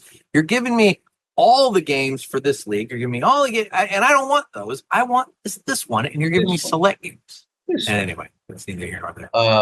For me, the other thing that we've lost, there has since COVID, there has been no rhythm to anything. And the cigar industry on top of that, we don't have a rhythm. We used to have a very structured rhythm to this industry. Now we don't. And I feel like most of life feels like that, where there's no break. It's just like, like there's no rhythm to any of this shit. And I'm excited that football has finally started, because that forces you, if you're a football fan, it forces you into this rhythm of like, okay, Sundays are dedicated to this. Yeah. And then Monday night we do this, and Thursday night, and at least it puts you have the benchmarks, some sort of rhythm. Well, that's my thing. It's like, it's this what I'm getting to. So like going back just to my wrestling, every Wednesday night is Dynamite, every Saturday night is Collision, and then one Sunday a month I have a pay-per-view, potentially. Some months are not. Yeah. Because unlike WWE or AEW only does, I think, like 10 a year. I don't think they do 12. But yeah, I mean, so I have my structure, and it's weird because it's almost like appointment television again. We got away from that when TiVo came along and we had the DVR boxes in our house. You could just record something and watch it at convenience. And I found that if I'm not sitting down and watching my show when it's happening, if I'm not watching it live, I don't really give a shit when I watch the replay. like I'll have it on, but it'll be on in the background. I'll be ticking on my phone or something like that. But when it's actually on and it's live, I will be invested. I'll be watching it. I don't know necessarily why that is, but for whatever reason, it's the case. Same with the soccer games. I mean, dude, there have been mornings I've gotten up at fucking 6 a.m. to be out here by 6:30 to fucking watch a game because it's live over in England or Scotland at the time, and that's just when it's on here in the States, And don't get me wrong, for a night owl like me, that's fucking hard. But anyway, so yeah, it's like, but if I go back with that, I just have to avoid score spoilers. That's my only problem there. But yeah. Yeah, we need a rhythm. But no, I get it. That for me, the sport I've gotten into in the last like 3 years is sumo. I know way too much about sumo now. I find that fascinating. I love it. Never thought I would. I'm huge into sumo. And Aonishiki, he got fucked. If you don't know the drama of sumo right now. I don't. There's a long story with Aonishiki because he's trying to become the first European Yokozuna ever. Okay. And he's only like 23. He's super young and he's super skilled. And they've demoted him recently. He got injured and demoted, which there's arguments that they don't treat the Japanese people quite like they do. And he's Ukrainian. I could totally see the Japanese treating the Japanese better than everybody else. Yeah. And then you have the Mongolians, which are looked at differently than Japanese too. And there's always the fight between the Mongolians and the Japanese. And now you add in this Ukrainian boy wonder. Yeah. And so they're like, he's kind of like up against the ropes. If he ever wants to be Yokozuna, he's kind of pressed in a situation where the governing body is like put him in a position where like, we know you're injured, but if you don't win this tournament, you may never be a Yokozuna. Yeah.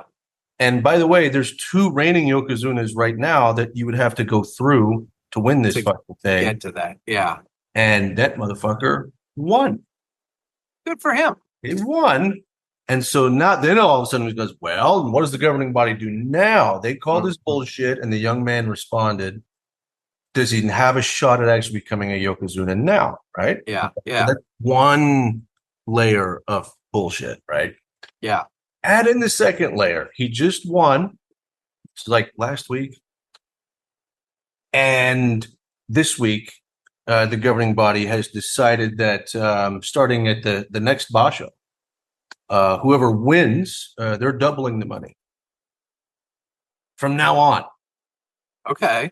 So all of the winnings are going to double after this past one. Well, yeah. So technically, Aonishiki put in a bad situation, overperformed, did the unthinkable, and technically you could say he lost like $11 million because they decided after he won, like, well, let's double the prize money.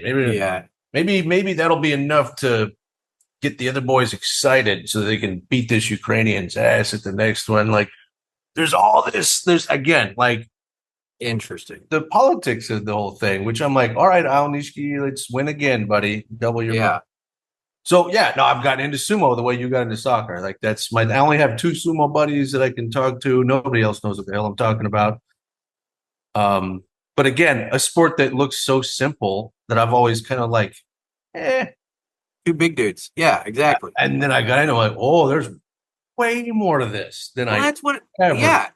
And that's you and I, we've talked about soccer on the phone and how I thought this was just guys just dinking it around and whatever. And it's like, whatever. It's like, no, now I'm like watching. I'm like, okay, right now they're dinking it around because they want to keep away from the other team because they're up however many goals over the other team. Now you can start to formulate and say like, all right, they're pressing and you can figure out like, all right, they're kicking it back because they need to get in a better position. So then they can do this and this and this. And it's like, I'm figuring it out. And it's like, shit, they're not just kicking it around. There's actual like skill and strategy involved in this. Yes. And it's fascinating to me. And then and the transfer window has been the big thing that's dominated my time lately watching that because so in all fairness, I first started really digging the Scotland national team, mostly because I really liked the fan base in Boston, what they were up to. So of course, the first Scottish game, John McGinn scores the one and only goal that Scotland got in the World Cup. They won that first game. They tied the second game 0-0, and then Brazil beat the shit out of them in their third game, and that was the end of that. So I'm like, all right, John McGinn. It's like, I like John McGinn. And because he not only that, he also won me a little bit of money. We can get into sports betting too, but like I was throughout the World Cup doing a little bit of very small sports betting on games just to like give myself a little bit of extra motivation to be invested. Because like otherwise, who truly cares about like freaking Morocco versus Paraguay or what? It's like I don't know. I'm just making up shit, but you get my point. So John McGinn, he's the captain of the Aston Villa team. And I'm like, all right, I'm watching that. I'm keeping that in the back of my mind. And then we get to the World Cup final, which admittedly was not the most riveting game. Like if I were going to take somebody that had never watched before and be like, all right, you got to give this a try. You got to give this an honest try. I don't think this year's World Cup final is the one that I would actually present to them. There are reasons. Did you get into any of the conspiracy? Oh, I've seen a lot, yes. And I don't know, did you see there's now the video from the ref where he's telling Messi, you got to keep this one guy under control, keep him under control and all this kind of shit. So yeah, there's conspiracies. But I would make a solid argument that despite the fact that they lost, the player of the game for the World Cup final was Martinez, the goalie for Argentina. Amazing. That dude is a fucking wall. He stopped so much shit from Spain in that game. And it's just insane. And then to find out, he did all that with a broken fucking finger. Did you know that? Yes. He played through the whole fucking World Cup with a broken finger because the doctors had told him, if you do the surgery required to fix this, you're going to be out for so long. And he's like, can't do it. Not going to do it. And so he played that whole World Cup with a broken finger. Come to find out, he's the goalie for Aston Villa. So I'm like, all right. So now you're really in. Now I'm really in. It's like I got John McGinn, the captain of Aston Villa, and I've got Martinez, the freaking beastly goalie. And now I'm watching the fucking transfer window. And admittedly, there's a lot of players that are getting shifted off of Aston Villa, going elsewhere. But those two guys, they're still there. They're still there. And then this week, they announce that they've picked up this 23-year-old goalie from Japan, Suzuki, I think is his name.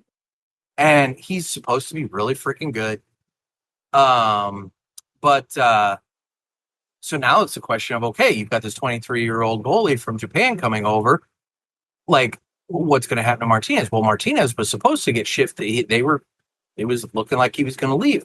Well, the team that he was going to leave, they ended up pulling out. And so now Aston Villa's sitting there with two guys. And it's like, well, what the hell's going to happen to Martinez now? Because he's like 34, I think. He's no spring chicken. And therein lies the thing. So it's like, okay, this is a big deal. So I'm watching all this drama unfold. And then there's this 17-year-old striker, Mad Joe. I mean, dude, if you haven't seen this kid, you need to look him up. Look up a picture of him. He is a man mountain. Like Madjo. Brian, I think is his first name. I don't know. But this kid is huge. And they played the Super Cup the other day.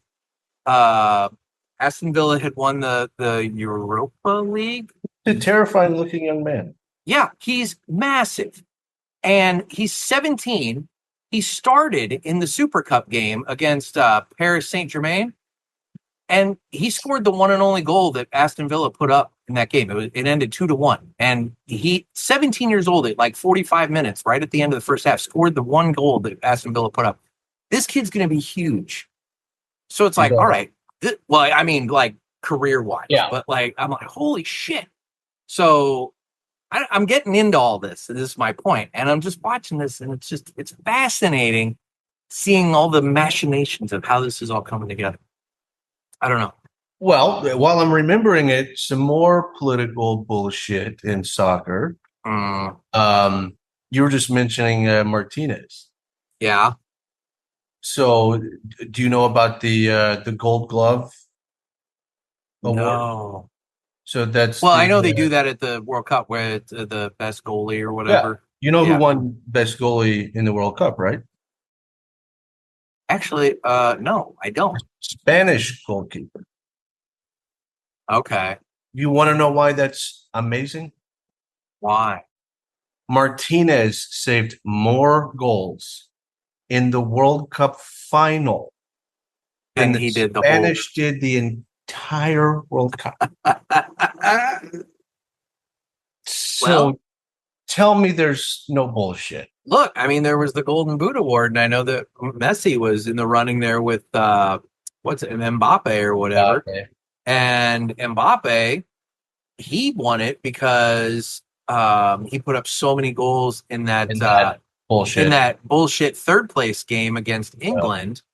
And it's like, well, wait, why should those goals count? It's like, he's not continuing on. It's like you should. I mean, I guess technically, in order to secure third place, France had to put up, and England ended up winning. But it's kind of one of those things where it's like, why should those goals have counted towards the? I don't know. But apparently the saves don't. But it's not like Messi did Messi even score in the final? I don't think he did. No. Yeah, so it's not like it would have really. They didn't even get technically, they didn't get a shot on goal, which means the keeper didn't even save anything in the World Cup. Right. That's right, because they didn't put up a point, did they? So you're telling me on one side, we're only going to count whoever gets the most goals is the golden boot, basically. But on the other side, the guy who gets the most saves. Yeah, no. Well, and fuck. I mean, it's not like Argentina had like the smoothest sailing ride through the World Cup. I mean, Egypt was on their ass. Cape Verde, if there's one team that came out of the World Cup is like probably like just golden, it had to have been Cape Verde. I mean, nobody expected anything out of them, and then look how far they got. Yeah. Little archipelago of 500,000 people. Well, it's still a bunch of bullshit in old FIFA. Well, But I thought FIFA loved Argentina so much. Wouldn't they have given it to Martinez? That's really strange that everybody was like, oh, just because of Messi, like Argentina's getting all this. I'm like, y'all haven't been watching for at least like the last 30 years. Like, typically, this things do not go Argentina's way. Typically, it's the opposite. In fact, for years, the story was always like they do whatever it takes to make sure Argentina doesn't win, even though they make the finals 3 years in a row or three times in a row, whatever. Interesting. Who knows what the truth is? Just there's a lot of fucking. I could see with Infantino though that he wanted to promote that maybe he might have wanted to see Argentina win for no other reason than it's pretty obvious that as a sport they've decided that they want to promote Messi as like the Michael Jordan or the Tom Brady and the GOAT status kind of situation to where they want to give him that championship for at least one World Cup. I mean, when he's old. Well, yeah, exactly. I'm gonna be like, he's been the best player for a long time. I don't know why people are talking about he's in his twilight now. I mean, Mm-hmm. I was just happy he won it 4 years ago because he was not in his prime then, and I was like, he finally fucking went. Yeah, that was a big moment because I was like, man, I thought last World Cup was probably going to be his last World Cup. Who knows? Maybe he'll play another. I don't know though, man. It's a pretty interesting story. The whole him washing blanking on the kid's name. Yeah, the Spanish kid, Yamal. Yeah, Yamal, watching him as a baby in like an ad promo thing, and then all of a sudden he's playing against him in the World Cup. However many years He later, baptized him. fucking crazy. So basically, Messi is John the Baptist. Oh, But it Lord. is weird. You're like, if we live in a simulation. I was gonna say this goes back to your whole we're living in the Matrix situation. I mean, it is really weird that this one random refugee kid that he's baptizing in this picture, he ends up playing against in the World Cup. Kind of weird, More than a little. It's kind of weird that Jeffrey Epstein won the lottery twice. It's true. Man, that just disappeared, and that pisses me right off. I don't know. That's a whole nother conversation. Oh, Hayden tried to bring it back, and well, we saw what happened there. Yeah, again, it's a fucked up world, buddy. It really is. At least we have cigars where we can bullshit smoke. Which is all the more reason that I'm like just fascinated with this whole sports thing and how like it can be such a nice distraction. Well, speaking of that, yeah, get you back into fantasy. Oh yeah, yeah, dragging you back. Just when I thought I was out, pull me back in. Although speaking of, I don't have to do a whole lot in this thing, from what I gather. If I have it my way, you're going to do a hell of a lot. So don't get too excited there about getting away with nothing. All right. I'm going to make sure you're the most active fucker. Oh, boy. You're going to have to be. And I'm not going to tell anybody any more than this. We got surprises, folks. Yeah. So for those of you who are wondering what the hell we're even talking about, so Trey Mac this is why the Facebook parishioners group is a valuable thing, to be in if you're on Facebook. I understand some people aren't. But, Trey Mac put out a poll the other day asking if anybody be interested to do a parishioners fantasy football league. And by the way, we're talking about NFL at this point, not like, football. But yeah, you had like, what, 18, 19? Yeah, I was shocked. I had no idea we were going to get that type of response. You had a number of people say that they would do it. And so, you have sent direct messages to everybody, and with links to the app. However, as of right now, as we record this, 11 spots out of 20 have been filled. Yes. So there are 9 remaining. And so I guess it's a situation of if those people want to jump in, they need to get on it. And if you maybe are not in the parishioners group, but you think it would be fun to do a parishioners fantasy football league, and it's just for fun, right? Like there's not money in this. No money. No money. So it's bragging rights and perhaps a cool prize. Okay. All right. But otherwise, and if people like this and we decide to, who knows, we could do all sorts of things with this, but let's just see first and just also know that just like anything the parishioners are involved in, it will not be normal. There's a certain level of fuckery to it. This will not be a normal fantasy league. I promise you. First off, if we get 20 teams, like that's already pretty fucky. That's a lot of teams. But it would easily be the biggest one I've ever done. I'm here for the chaos, and there's a way to structure it so that it's interesting with 20 people. Okay. But to the point, there's 9 spots remaining. So at this point, we're kind of opening it up to everybody, not just the people in the Facebook parishioners group. So if, let's say you're not on Facebook, but you're like, holy shit, I want in on that. You need to email Trey Mac. So or DM me. Or Instagram DM them. But theoretically, if they're not on, social media. Theoretically, if you're not on social media, you're probably not going to be able to use the fucking app. Oh, well, no, you don't need the social media for the app, do you? No, but if you're anti-social media, I'm assuming you don't know how to use apps. Not necessarily. What's his name? That comes on the Zoom herfs. Why am I blanking on his name? From Pennsylvania, the young cat. Oh, you're blanking on his name now why too. Why is the name Tyler popping up in my head? It might be Tyler. It sounds right. Son of a bitch. He's not going to use an app. He's But he's not on social media. I know that. But he's reading Ted Kaczynski books in the woods. no, it's not. Which, by the way, if you haven't done that, I would consider doing that too. Yeah, it's Tyler. I was right. You're right. You're right. It's Tyler. Shout out Tyler. Yeah. So anyway, I know he's not on social media, but he might be interested in it. That's what I'm saying. There might be some people that are not on the socials, but would still do that. You know?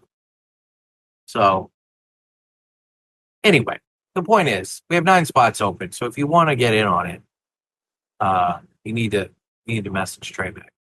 Yeah. I mean, I guess you could message me and I could forward it to Trey Mac, but good. You know, TikTok. We got to figure this out pronto. well, that's the other thing is we are coming down to the wire. So I guess, all right, we'll just put it this way. If you want to in on the fantasy football thing and you haven't, done so, email me, Nick, Nick, at cigarpulpit.com. I will forward it on to Trey Mac. He will get you all the login information and whatnot so you can take part. There are only 9 spots available. So if you want in on it, jump on it quick because it's either going to fill or we're going to get to a point where we can cap it at a reasonable number and call it. So at some point, real soon, we're going to have to do the draft. Yes, and just know that really the only way to do this draft the proper way, we're going to have to be on Zoom together because it's going to be wild and wacky. And if you're just staring at the app, you're not going to know what's going on. You're going to need to be on Zoom to see what is happening. Okay, so that's the other thing. You might need to clear your calendar for Yes. a part, for that. So, No auto draft bullshit. All right. Well, that'll be fun, though. It will be fun. It'll be fun. It'll give us 4 months of camaraderie and shit talking, and that's why I like the app that we're going to use because it's really good for a community basis. A little chat thing seems easy. Oh, it's great. Chat's awesome. Throw up polls. You can change your avatars. It's really fun. Yeah. Well, that's good. I'm looking forward to it. I didn't know we were going to do this. And, this was literally just a spur of the moment thing. I think you mentioned something to me in a phone call, like, you think they'd be interested in this? And I'm like, I don't know, ask them. And you put up the poll, and next thing you know, I think it was 18. I think it was 18 people that voted yes. I had no idea. If we get into this leads to, if we have 20 people, what we could do to combine this with things from soccer is do a league that I've always wanted to do. Not a relegation thing. 2 10-man leagues, and each year there's relegation. You gotta try to stay in the top league. Stay in the top. Oh man. Oh yeah. That could be interesting. Yeah. It could be fun. Something different. We have the premium league and the bundle league. Oh, look at you with the cigar. Okay. Well, fun. I like it. Anyway. Oh shit. So are you still have to do you have to talk about what you watched? Yeah, we got to do that. So let's I think it's this button. I don't know if you're going to even hear it. It's time for the Villiger Cigars Entertainment Report, brought to you by Villiger. Villiger Cigars, one of the leading cigar and cigarillo manufacturers in the world, founded in 1888 and still family-owned and operated. Head over to VilligerCigars.com and check the store locator to find a shop near you that carries them. We guarantee that Villiger Cigars will be a wonderful addition to your humidor and cigar rotation. All right. So, entertainment-wise, you've been all over the place. I don't even know if you've had time to consume anything entertaining, but I'll put it out to you. It's going to sound really bad. Yeah. Shoot a shot. What's going on? I don't think I've watched anything for 6 weeks. Dude, I get it. Not even one thing. I do get it. Because like I said, I mean, for me, if I'm not sitting and watching either wrestling or soccer at this point, like this weekend, there was an awful lot of Mickey Mouse Clubhouse and Storybots going on in this household. But yeah, and I mentioned earlier that Lanterns has premiered on HBO. Apparently, that's supposed to be pretty good. I'll check out that one, but that's my nerd stuff. Movie wise, there hasn't been. There's been stuff that's come out, but nothing that's like driving me to the theater. The drive-in over the summer for when they're open, like pretty much all week, dude, it was all kids movies, which I don't necessarily mind a kids movie now and then. I mean, some of them are really good. But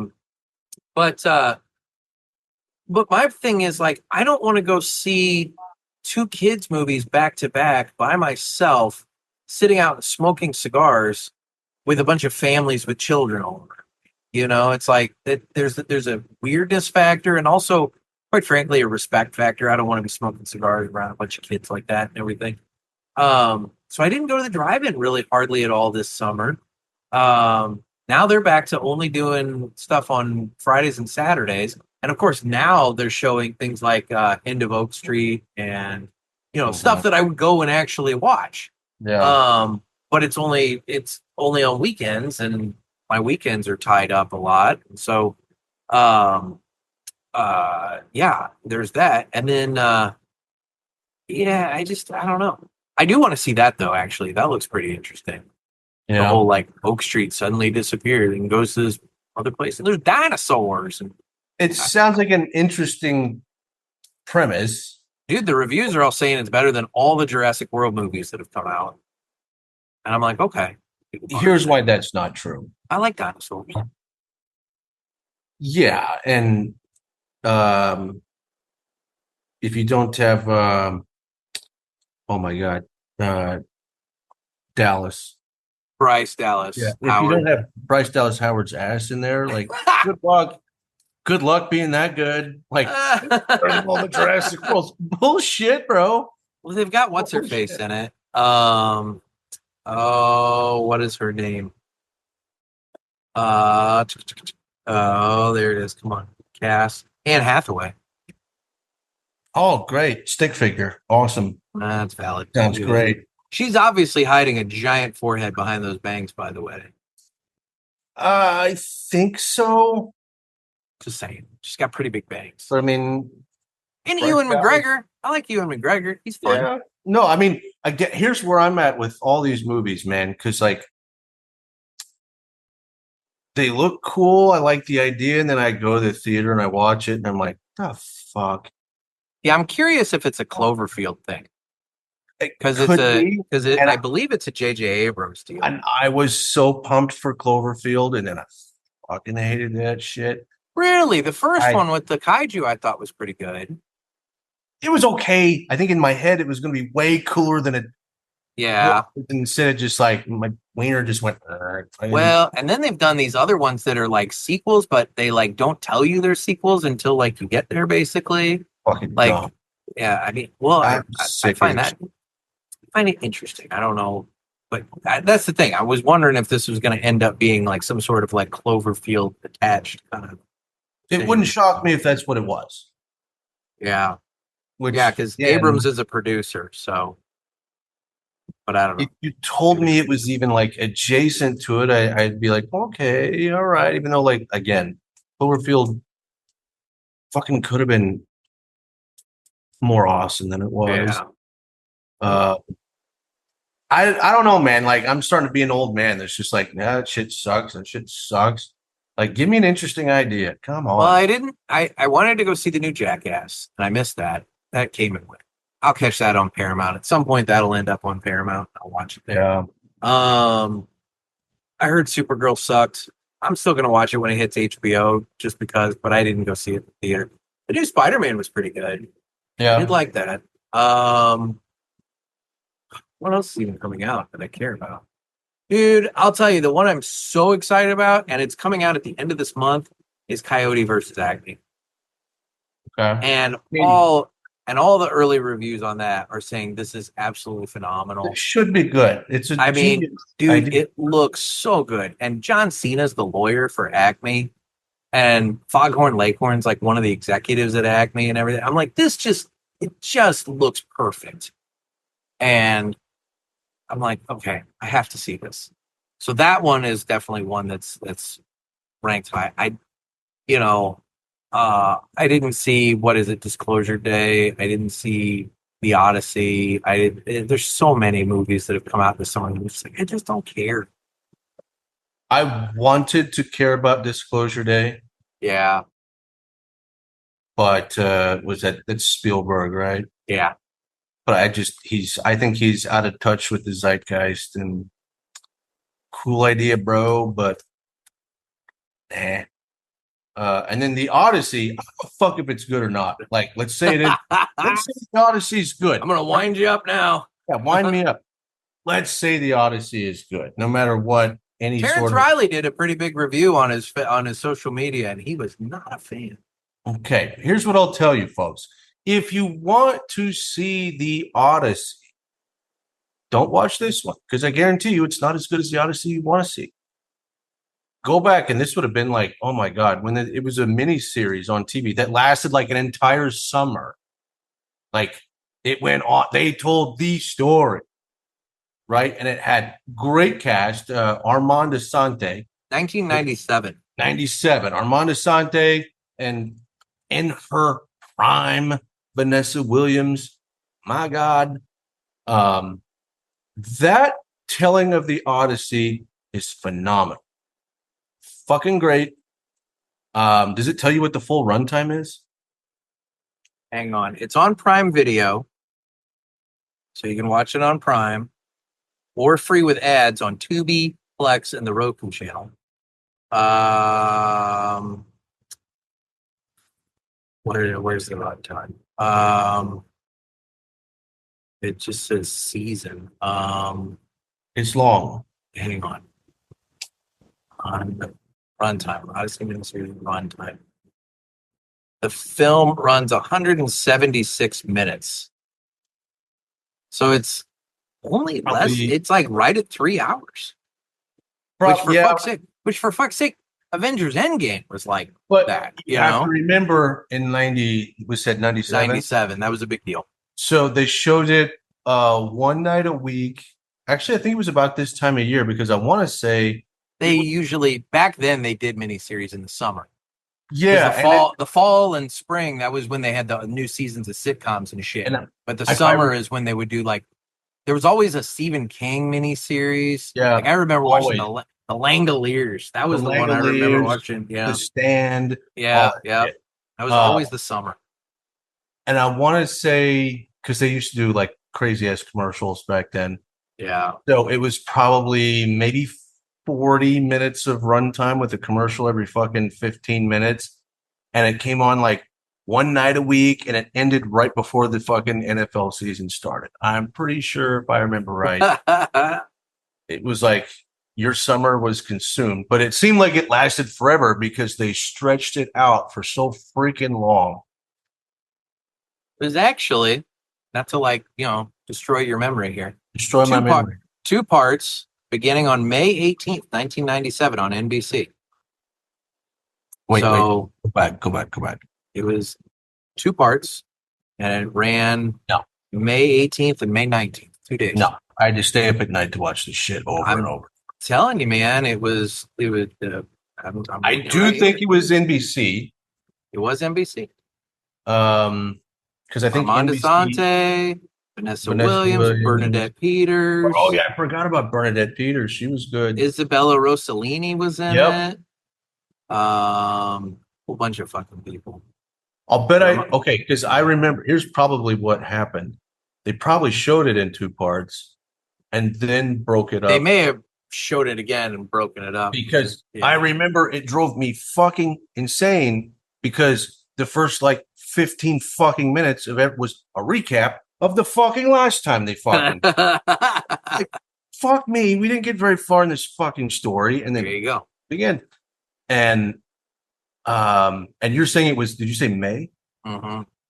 I'll bet you what happened May was 18, May 19. they showed it in May. It got huge ratings, and then they stretched it out over the summer. I almost fucking guarantee. Likely. 97, Positive reviews, blah, blah, blah. Viewership. 97. Averaged 20.6 million viewers for its first episode and 17.8 million for the second. That It had to be huge. also becoming the first made-for-TV movie in 4 years to rank in weekly total viewership. So it was a pretty big deal in 1996. It was a big deal then. Actually, Yep. that sounds like a bigger deal than I thought it was. There you go. 97. Taking it to the Googles. What else happened in 97? I don't know. 98's when Back That Ass came out, so just before then. When was Monica Lewinsky? That would have been in that time period. No, wouldn't that have been like 94? No. 94, 95. Monica Lewinsky publicly broke out in 1998. Oh, Jesus Christ. That makes so wait. The affair ran from November of 95 to March of It 97. didn't come out until 98. Scandal broke in January of 98 when Linda Tripp went public. The denial happened January 26th of 98. I did not have sexual relations with that woman, Yeah. Miss Lewinsky. Yeah. And then the impeachment was December of 98. So 98 was the big year for the Monica scandal. So maybe that inspired Back That Ass. Awesome. Odd side. Odd coincidence. Yeah. And you know my feeling about women and aging. I do know you're. I'm real good about pissing women off. You have a say, knack for it. I'll say this. Somehow, some way, Monica is way hotter now than she was back then. You know, there's some truth to that. I don't know if you've Look, seen it recently. Some wines age better than others. All I'm saying.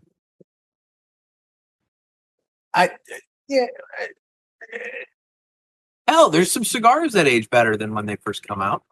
Yeah. You know? I think at the end of the day, like Lord. some cheese tastes better the stinkier it gets. Oh my God. How do I pivot from that? Well, you figure it out there, host. Oh my Lord. Mr. Host. So you haven't watched anything? No podcast? No anything that you've listened to over the last 6 weeks? Again, this time of year, fantasy football, dynasty football takes over my life. Yeah, so you're That's studying up on that. anything at the end of the night that I have time for, it's that. And I don't have time for that shit like I used to. Mm-hmm. I pretty much have zero fun time. Well, hell, you used to have your own. I did. I had a podcast. Yeah. Yeah. Those days are long gone. Newer listeners may not know that. I mean, I distinctly remember sitting in the Riverman Cigar Company watching you and your buddy do an episode of the Dark Horse Dynasty podcast. Great. I've tried to scrub most of it off the internet, buddy.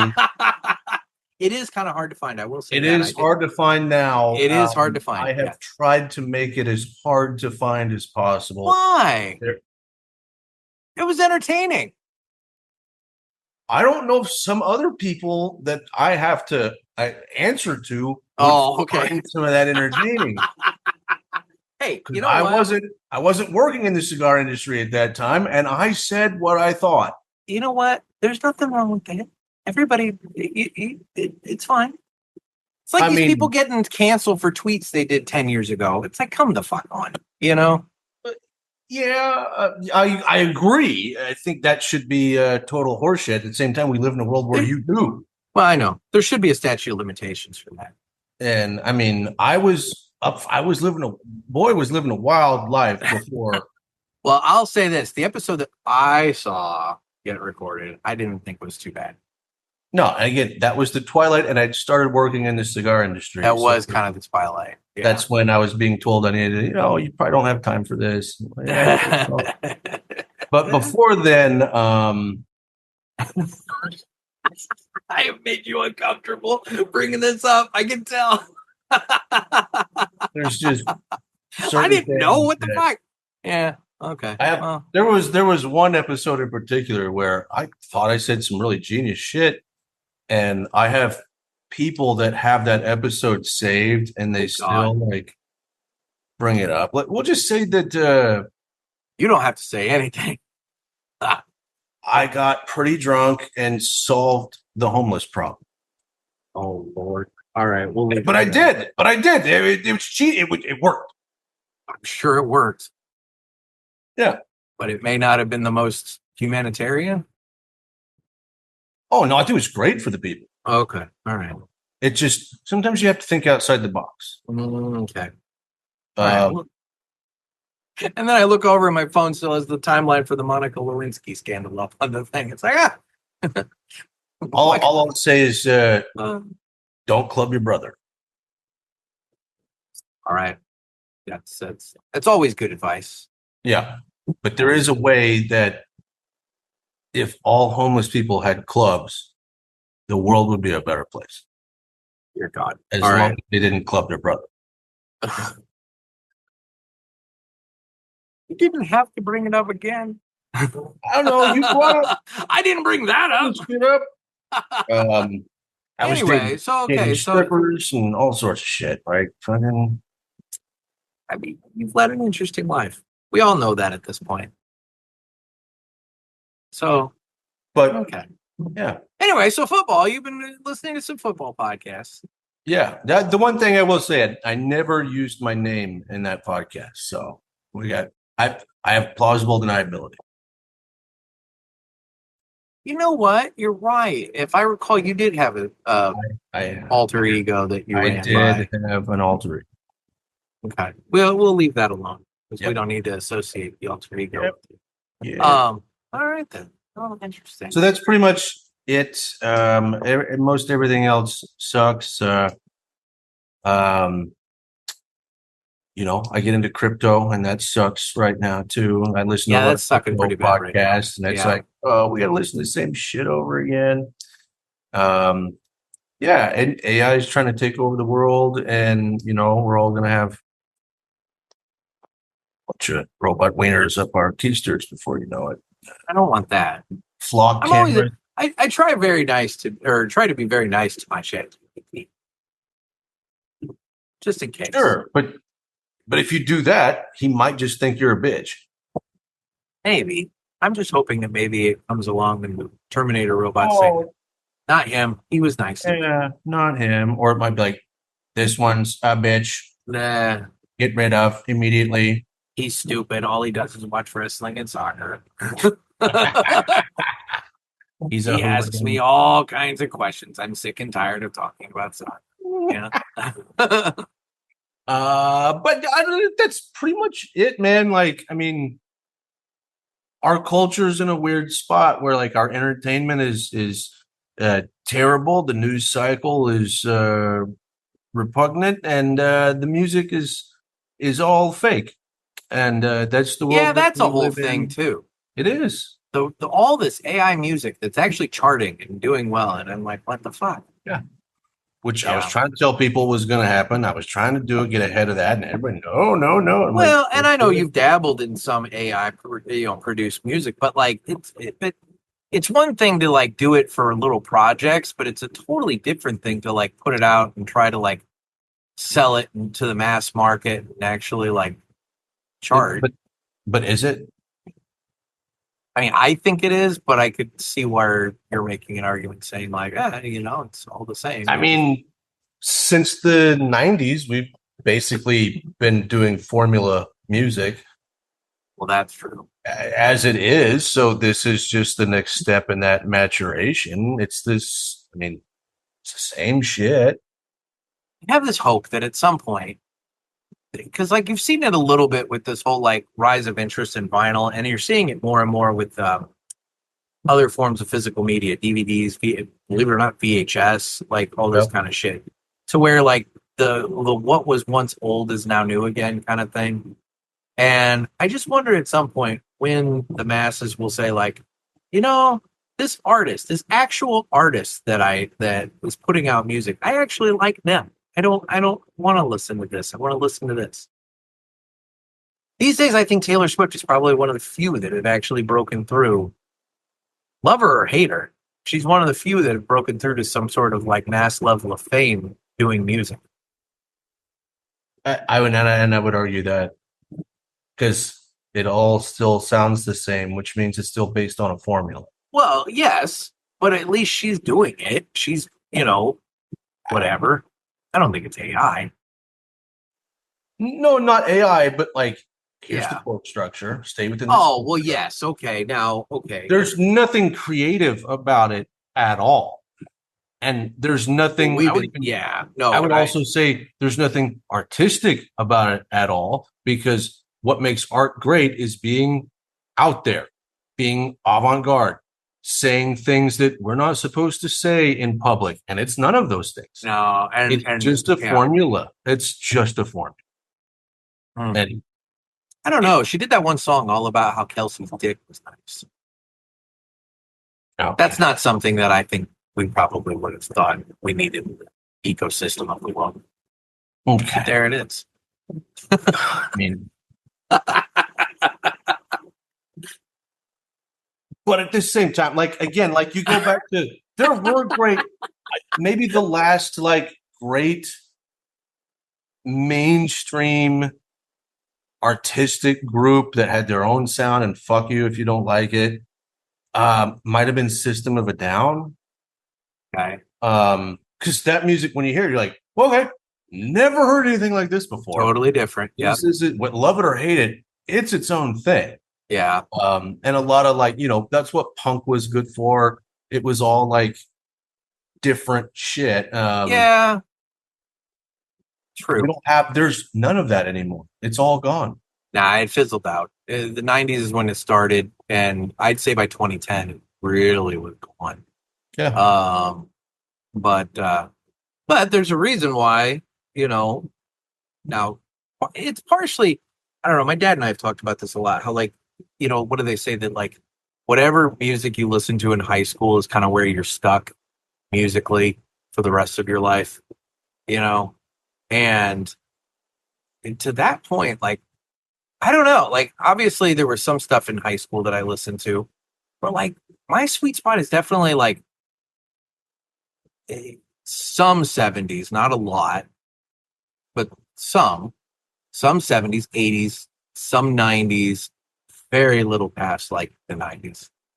I'm definitely in that spot. I love 70s. It depends on the 70s. Like obviously I'm not a big disco guy. I think disco is fantastic. Yeah, I'm not. There's maybe again. I think the reason I think disco is fantastic is it's so different. It is different. It's kind of like the only thing you can equate it to now might be like EDM. Like you're either into EDM or not, but you have to give it credit for being different. Boy, some of the fucking house shit and dance shit that was out like right in my high school time period. It's crazy because I'm seeing people like rediscovering it, and it's like, fuck, that was popular, 30 years ago. Yeah, and that I can even go into that where like that shit from like the late 90s, especially. Yeah. It was its own thing. It was its own sound. Yeah. And now this EDM, a lot of it is just like retellings of samples that they're taking. Thumping bass line, and basically that's it. Yeah. I'm like, okay, it's cool, but like shit from the 90s was actually unique, and it was its own thing. And so even that, I feel like there's no originality, there's no artistic side of music at all. You are sounding like an old man. I feel like I'm talking to my dad about music here. This is crazy. I will say, I think the 70s were peak for a lot of genres. I think a lot of genres were really, really on fire in the 70s when you go back and listen to all of it, whether that's country, rock and roll, disco. You can give it that. Disco was a fucking thing. Like all those things were at their peak in the 70s. Dude, some good old funk too. There was some good great funk in the 70s. R&B. R&B was phenomenal. Yeah. R&B was good up until Usher Confessions, and it's sucked ever since then. I think Usher Confessions was like, all right, that was the last good one. Usher, baby. Usher. And then it just, it sucked after Confessions. Like, killed that. Like, yeah. And you know what? What sucks is that you need music to boost your life. Like music should be a big part of everybody's life. And there's music that I can groove to where I'm like, all right, cool, but I don't get super into it because I'm like, the fact that here we are, sometimes 50 years, sometimes 60 years removed from some of these songs, and they're still being used in commercials and soundtracks for movies and TV shows and various other products being presented to us. That should tell you right there that that's the sweet spot of music. Nobody's going to be 30 years from now being like, I need a banger for a fucking car commercial. Let's pull up this thing from this AI bot that made shit back in 2026. And here's where I'll argue against, I'm not being an old man here. We have a literal problem. Go back and just look at pictures from the 70s, like down a main street or something. There was color, and the buildings were different shapes and different colors, and even the fast food restaurants. And now, it all looks the same. All the buildings look the same. All the fast food places look the same. They're all boxy glass monoliths. There is no artistic vein of energy in anything we're producing at this point in time. There's nothing interesting in what we're producing as a culture anymore. And you can say I'm sounding like an old man, but I'm like, just go fucking look at it. Just tell me I'm wrong. Like, just the mere fact that everybody has gotten so stupid excited at the prospect that Pizza Hut is going to start doing some buffets at some of their restaurants again with the red roofs and going old school, dressing up the dining room like they used to with the lamps and the tables and chairs and shit and everything. I know. The fact that we're getting excited about that should tell somebody something, Yeah. I don't know. Yep. Now, maybe it's a situation where there's a level of nostalgia that we're all reaching for because, nostalgia is a hell of a drug. And we're obviously in a time period where, we could use a little bit of comfort. So maybe that's something to do with it. But I don't know. I also think that there's just a quality level that's decreased over the years. And it trickled away so slowly that it was hard to see it happening. And then suddenly you look around and you're like, shit. There's not a play place at the McDonald's anymore. And there's not, this and that. Hell, Chick-fil-A used to have them. Not anymore. Now, my Chick-fil-A, they've taken out the play place and they've made it like a giant storage room and staging area for their double drive-through because, heaven forbid anybody even go inside anymore. Everything is just drive-through these days. Yeah. No one's doing anything. I blame that on COVID, but yeah. Yeah. And maybe one other thing, but I think it's truth. Yeah. But there's just no one's doing anything interesting, and it just fucking bothers me, man. Like, no. But maybe we've just pushed everything to the extreme limit to where my hope then is that at some point in time, the youth will revolt and they'll get creative and they'll start doing some crazy shit on the artistic side. I'm not saying burn places down. Yeah, I'm not. Yeah, not. But I will say this: like the youngsters going out there and cutting down the flock cameras give me hope that there is a possibility here. I saw that thing with the cat in Florida that tore down the whole pole with the flock camera on it. I thought that was amusing. Like, it's Florida. I mean, it's crazy, but it's amusing. It's Florida. It is indeed Florida. What can you say? But yeah, like, sorry about the old man rant tonight, but for I don't care. People, do something fucking interesting. I mean, Yeah. No. I get it. I do get it. So, Do yeah, some it's just, DMT and look at a laser. It's obvious some of you haven't done this. I don't know if we're going to be encouraging people to do that. Well, you might, do that, but Just say it. Just say it. shit. Do something wild. Do something wild with your life while you have it. Yeah, we are. We're very, very stuck. Put a big chaw in your mouth and run through some electrical wires. Oh, Lord. Do something exciting. Oh, Lord. You know? I don't know if I recommend that either, quite frankly, but Come on. I Dude, turned come out. on. Yeah. As the guy who's been home like 30 days all year. Yeah. Well, just like oh, shit. been in Florida more than I have this year. I won't call that shit out on this show right now. I have actually. That is fucked up. That is beyond fucked. You live there, and you're right. That's true. There is some truth to that. But life brings you in weird ways. Let's put it that way. Yes, it does. It does. It does. Oh shit. Well. All right. So that's You got any weird challenge to give the youth or the old fuckers? No. Come on. This Really is your don't. chance for inspiration. Yeah. But I'm put on the spot. I don't really have one. I mean, I don't know. Yeah, I don't have any weird challenges for anybody at this point. Do something crazy. Get into trouble. Do something wild. I would recommend that. Like I'm not saying like criminal, but like there's a certain level of trouble you can get into that you can get yourself out of. Yeah. Yeah. Put the damn phone down. That's really what it boils down to. Put the damn phone down. Have some fun. It's like I think back about all the shit that I did in college, which granted, there was a lot of ignorant shit that I did in college. But I didn't have social media. I mean, we had MySpace, but let's be real. That was it wasn't the same. It's not the same as how they've addicted us with the current shit. And so like there was so much more human interaction.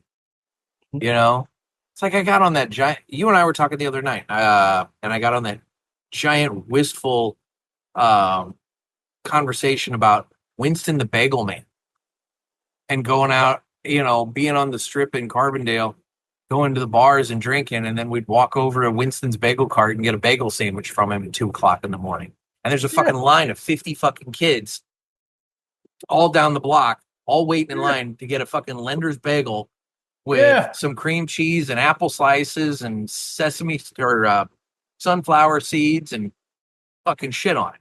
And it was amazing. And I loved it. And there's kids that they're not going to know that because they're not going out. They're not interacting with one another. I worked at GameStop in college. So video games were obviously a part of my life during that period of time. But it wasn't like it is today, where we didn't have the online access. You did with computers, but you didn't with consoles. So, I distinctly remember dragging my fucking TV, not just my Xbox, my OG original Xbox, which is a brick in and of itself, but dragging my TV with it over to my friend Joe's house, where we set up a LAN and we're all playing fucking games at his house with our TVs and Xbox and shit. And it was fun. And even though we were playing video games, we were literally a room away from each other to where we're communicating, just talking through the doorways. And it was still a social thing. There was one, I went to this house party this dude threw that was a giant Xbox LAN thing. And dude, there were probably 20 of us at this thing, all with our TVs and Xbox scattered all around his house, wires everywhere. Cause this is back before Wi-Fi, was a thing. So we're connecting in with hardwire, Ethernet cable all through the house, playing games and shit. And it was probably one of the most fun days I had in college. And, it's that kind of shit. Nobody's doing that these days. Like a LAN party. It was. Yeah, a LAN party. And the thing is, kids these days, these people playing the video games these days, dude, they're all at home. They've got a headset on and they're just screaming into the microphone over Wi-Fi. And like, if I would say half the shit that you hear on, games these days that they're communicating back and forth, somebody in another room would have gotten up and beat the shit out of me. It's like, you didn't do that.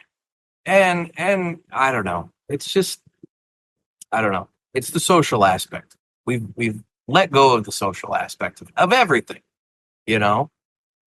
So College kids, if you're listening to this, take a fucking road trip.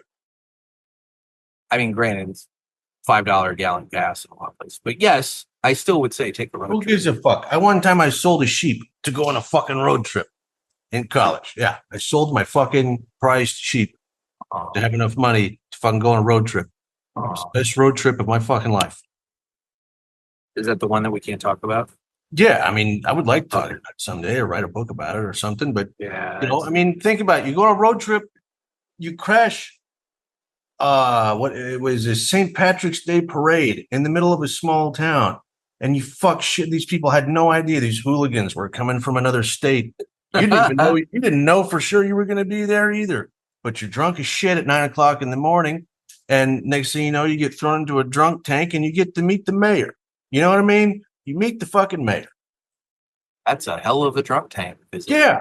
And then they take you a few miles outside of town and dump you out. And you got to sober up walking back to town. And that is just like day 2 of a 2-week road trip. Go do it. Go do it. Grab your buddies, get in a fucking van, and fucking go. That used to be like an American thing to do. And I don't even see hell. There's so many kids that don't even get driver's licenses now. I know. I'm shocked at this. I've talked to friends of mine that they have kids at driving age, and I'm like, they got their license. He's not getting his license. Why is he not getting his license? Yeah, he doesn't need to. It's like, what the fuck? He doesn't need to drive. It's like everybody at some point needs to drive. And the other thing is exactly, how are you exercising your personal freedom if you're not able to transport yourself somewhere? I like driving. Yep. The idea of self-driving cars makes me sad. I'm all for it, but yeah. I'm tired of driving. Well, I can understand, but still go on the road trip. I just don't want to pay attention. I don't do enough of it to be burned out by it yet. So I don't know. I like driving. No, although I do need an interesting route. I'm not, dude. Between here and Louisville is probably one of the most boring drives I've ever done in my life. I've done that drive numerous times. I mean, here to Indianapolis is not super thrilling, but at least we have the bustling metropolises of Effingham and Terre Haute to stop at. And you also have Casey, Illinois, home of everything big. I'm telling you, anybody who's making a road trip along I-70 through Illinois, you got to stop at Casey, Illinois, because it's the home of the world's largest rocking chair, world's largest wind chimes, mailbox, number 2 pencil. They've got shit. There's 19 or 20 things scattered all over town. You can go to their website and you can get the map and you travel all over town and find all this big shit everywhere. Well, and it's awesome. Don't you have on that same drive? Isn't that where the Uranus Fudge Factory is? Now, see, the Uranus Fudge Factory, there's one in Missouri, but I don't know what highway that's off of. And then there's one north of Indianapolis. Yeah, I've seen both. Super entertaining, although the one in Missouri is way bigger than the one in Indy. So if you want to go to one, the one in Missouri is the one. Yeah, see, do something weird. Go to the Uranus Fudge Factory. And let me tell you, they pack your fudge really well. They definitely pack the fudge. And they thank you for the opportunity to pack the fudge.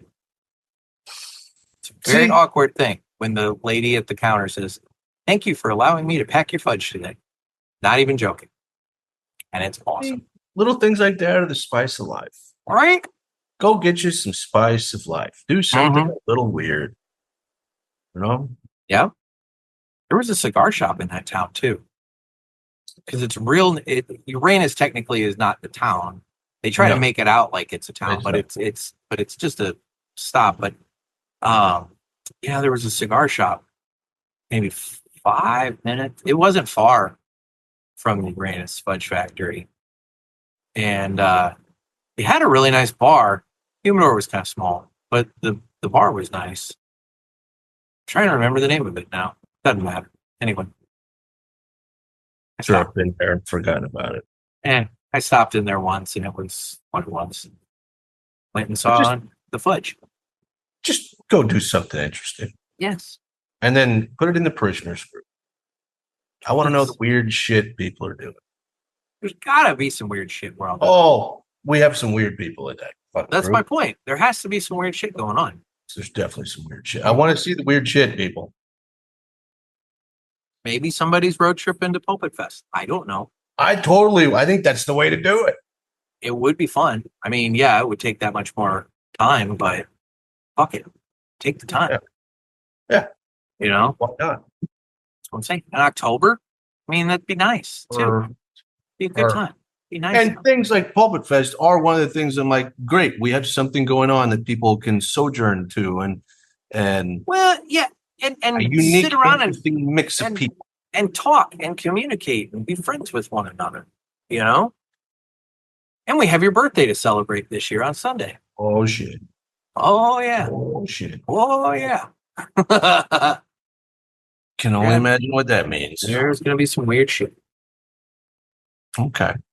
So, I'm here for it. I'm here for the weird shit. look, I know that there were some plans mentioned last year. There was more plans. I mean, like, there's things. I don't know what's actually going to come to fruition, but we'll see. We will see. I'm down for whatever. Yeah. I know you are. Yeah. If there's one thing I can count on. Trey Mac's down for whatever weird shit we put out. You know, before we go, Okay. talking about doing crazy weird shit. I've tried to convince Ken, I don't know, 100 times to take the fucking pontoon to Cuba. I Okay. don't think it's going to make it. Okay. That's what you say. So I was talking to some guys Oh, boy. in a cigar shop and I brought this up. Yeah. And they all like, do we have a story for you? Oh, good. We got a story. There was a group of cigar guys out here in Florida that all took in one giant group jet skis to Cuba. What? Yep. That would suck. Not only did they make it there and back and had a good time in Cuba, no one stopped them even on their way back to the U.S. That would suck. I don't know, what? It sounds awesome Dude, that's 90 miles on a jet ski. on a jet ski. And then apparently that group, after they realized, How did they even have the gas for that? I don't know how far a jet ski can go. assuming they're pretty efficient. Well, it must be. I mean, it's a small. There's not a lot of friction. It's true. But the gas tank can't be huge. No, but I mean, let's say you get 90 miles to the gallon. You only need 1 gallon.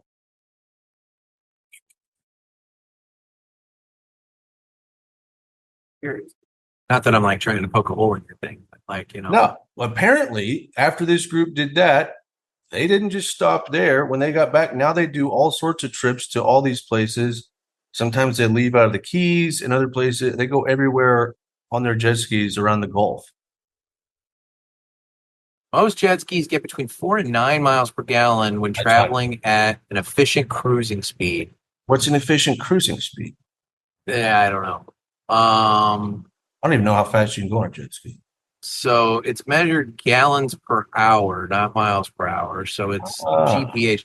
Fuel ranges between 2.4 gallons per hour for small recreational models and up to 25 plus gallons per hour when running at wide open throttle on a high performance supercharged engines. So theoretically, if they had the right jet ski and out in the ocean, they could just punch it and go. Yeah. You said 25 25 plus gallons per hour. per hour. I got to figure it, gallons per hour. I just don't know how, like, wonder how many hours it would have taken to ride from the Keys to Cuba. I'm assuming they started at the Keys. Can a Or jet at the ski very go- least, they would have like started wherever, stopped at the Keys, gassed up, and then went the rest of the way. Can jet ski go 30 miles an hour?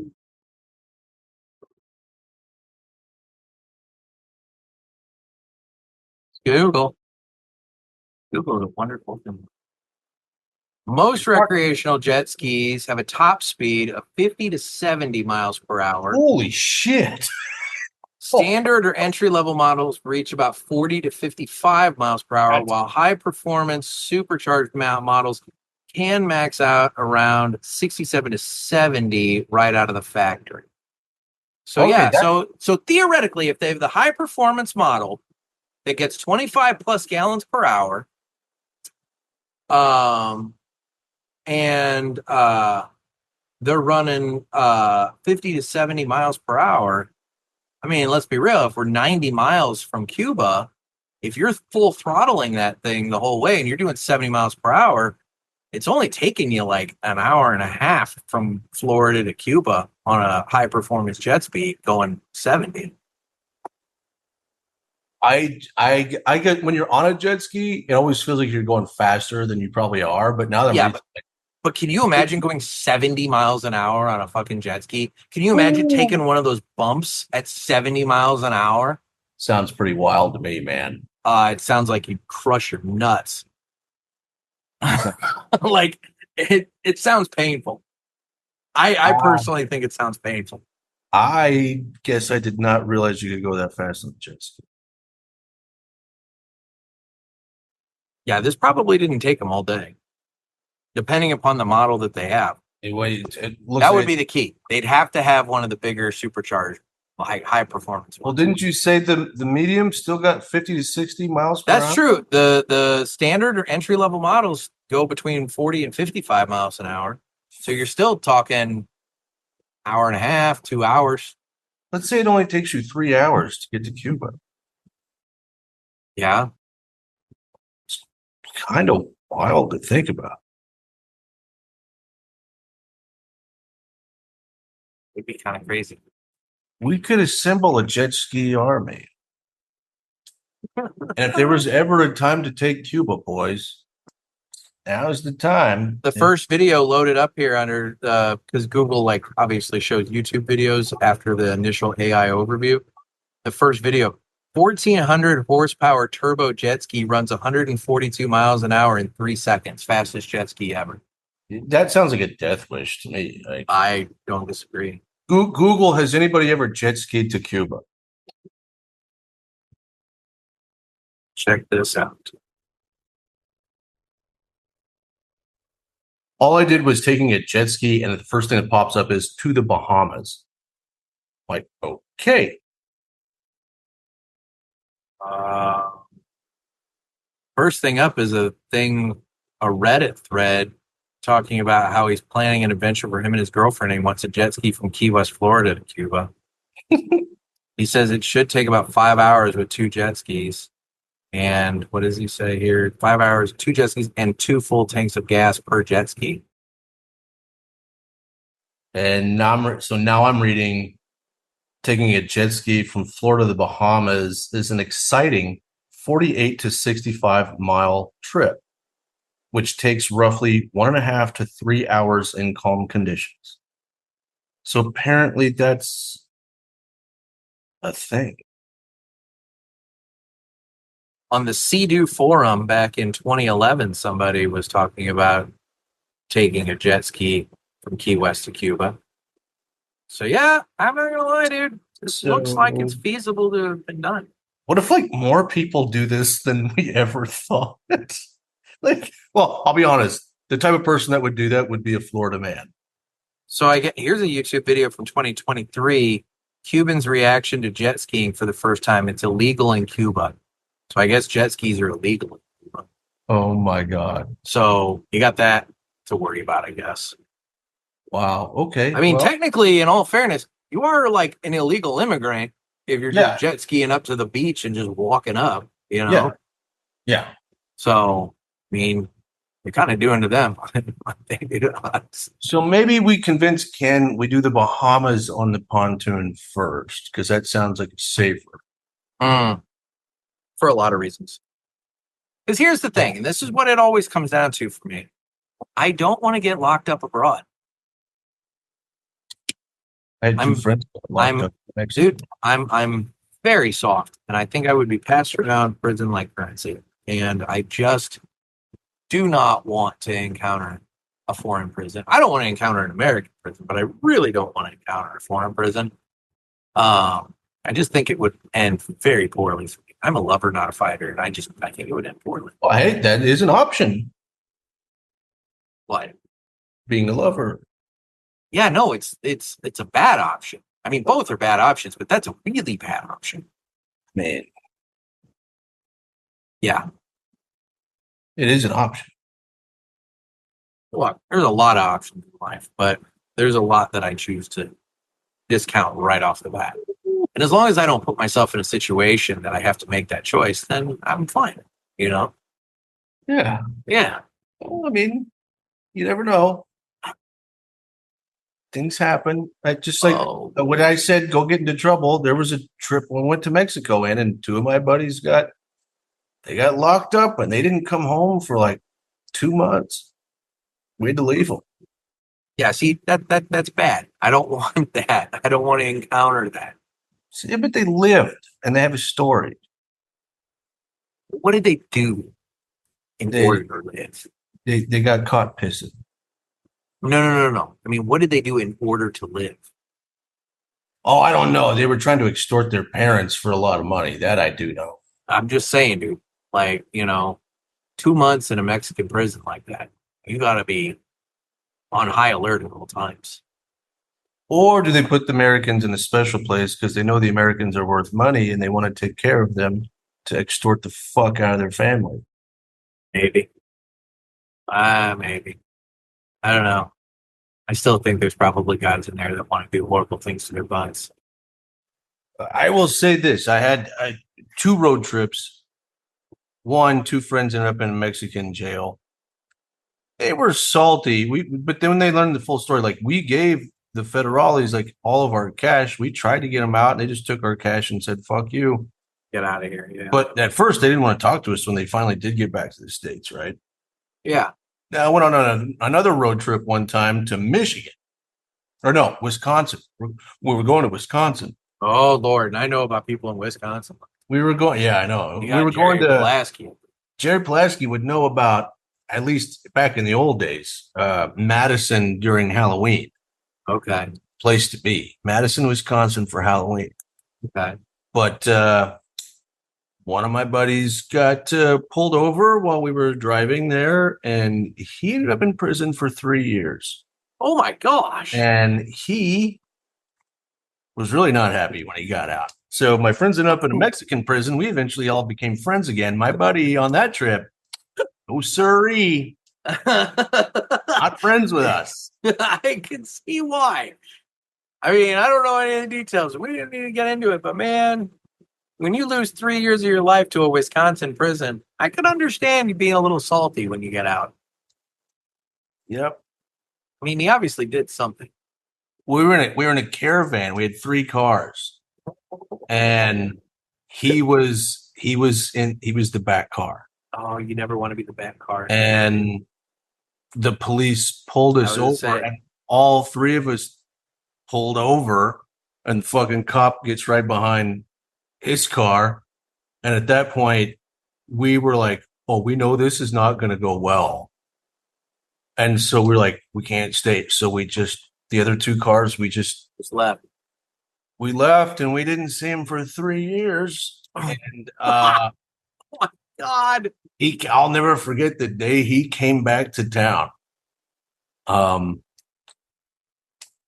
He wasn't happy. Yeah, he's been stewing in fucking prison for 3 years. I can imagine. Let me tell you what, he got fucking big too. And yeah, because he was ready to kick the shit out of you guys when he got mad. He's in there with love and hate tattooed on each knuckle, It's just, oh my God. He was not happy with us.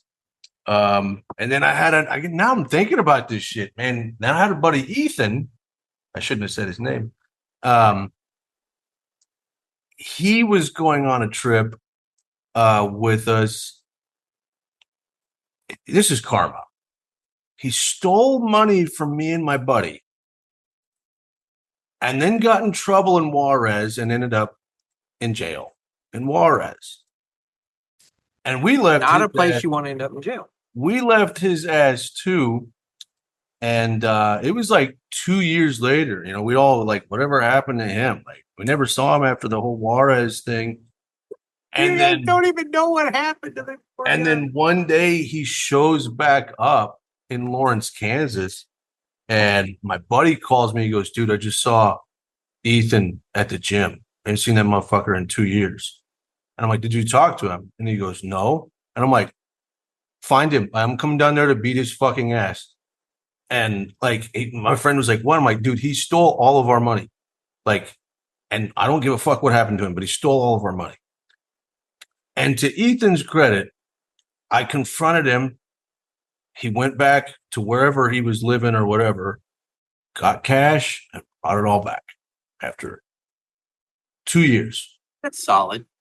But yeah, he ended up in a Mexican jail for a while, and I don't know what happened after that, but it was 2 years before he showed back up in town. And yeah, man. So I guess now that I've thought about it, there was three things like that. And Right. But the one that went to the American jail was the most unhappy. So I don't know. Don't Well, know. guys, the lesson to be learned here is go on a road trip. Yeah. But just don't go on one with Trey Mac. No, I've turned out fine. Well, yeah, because you ditched three or four other dudes that ended up in prison for years. Listen, you ever watched a mama swan get out of the lake and there's a bunch of fucking duckies behind her? Mm-hmm. They don't all make it. It's nature. It's like little baby turtles born on the sand and they got to crawl to the ocean, right? Yeah, You know? I mean, that's natural selection, man. Like, as a man, you have to go venture out there and see if you make it. Well, again, you never want to be the ass end car in a caravan because that's always the one that the cops will pick off. Nope. That's driving in general. Like if you're in a cluster of traffic and everybody's speeding, don't be the last car in the group because inevitably the cop's going to see a whole group of cars go by speeding and they're going to pick off the last car. If you're that last car, maybe not a great idea to have a bunch of party things in there and decide to smoke weed at the same time. Oh my God. Yeah. Well, okay. Don't do all of those things. Like, so he kind of brought it on himself. Oh, that's why when the cop got behind him, we were like, we know how this is gonna go. Yep. You gotta leave it. Mm-hmm. None of the rest of us were smoking weed while driving, but we knew damn well he was gonna.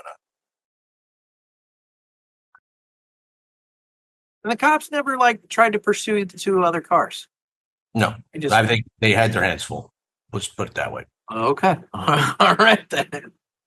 Well, all right. Well, you got to really be fucked up to be getting in trouble in Wisconsin. I think technically, if I remember right, I don't know if we were in Wisconsin yet. Okay. That's why I think Michigan popped into my head. I'm like, were we actually in Michigan? We were going to Madison. I don't know what route we took. I don't know that. I don't think it was Wisconsin. We got pulled over, or he got pulled over. We didn't get pulled over. Yeah. No, I get that. But again, he's got a story now. He definitely died. That he has to explain to employers when they ask on applications. He's never been incarcerated. I'm pretty sure. Probably can't vote, can't have a gun. Well, no, I think they can vote, right? He just can't run for office. Isn't that the case? I didn't think felons could vote. Maybe not. I don't know. I can't remember.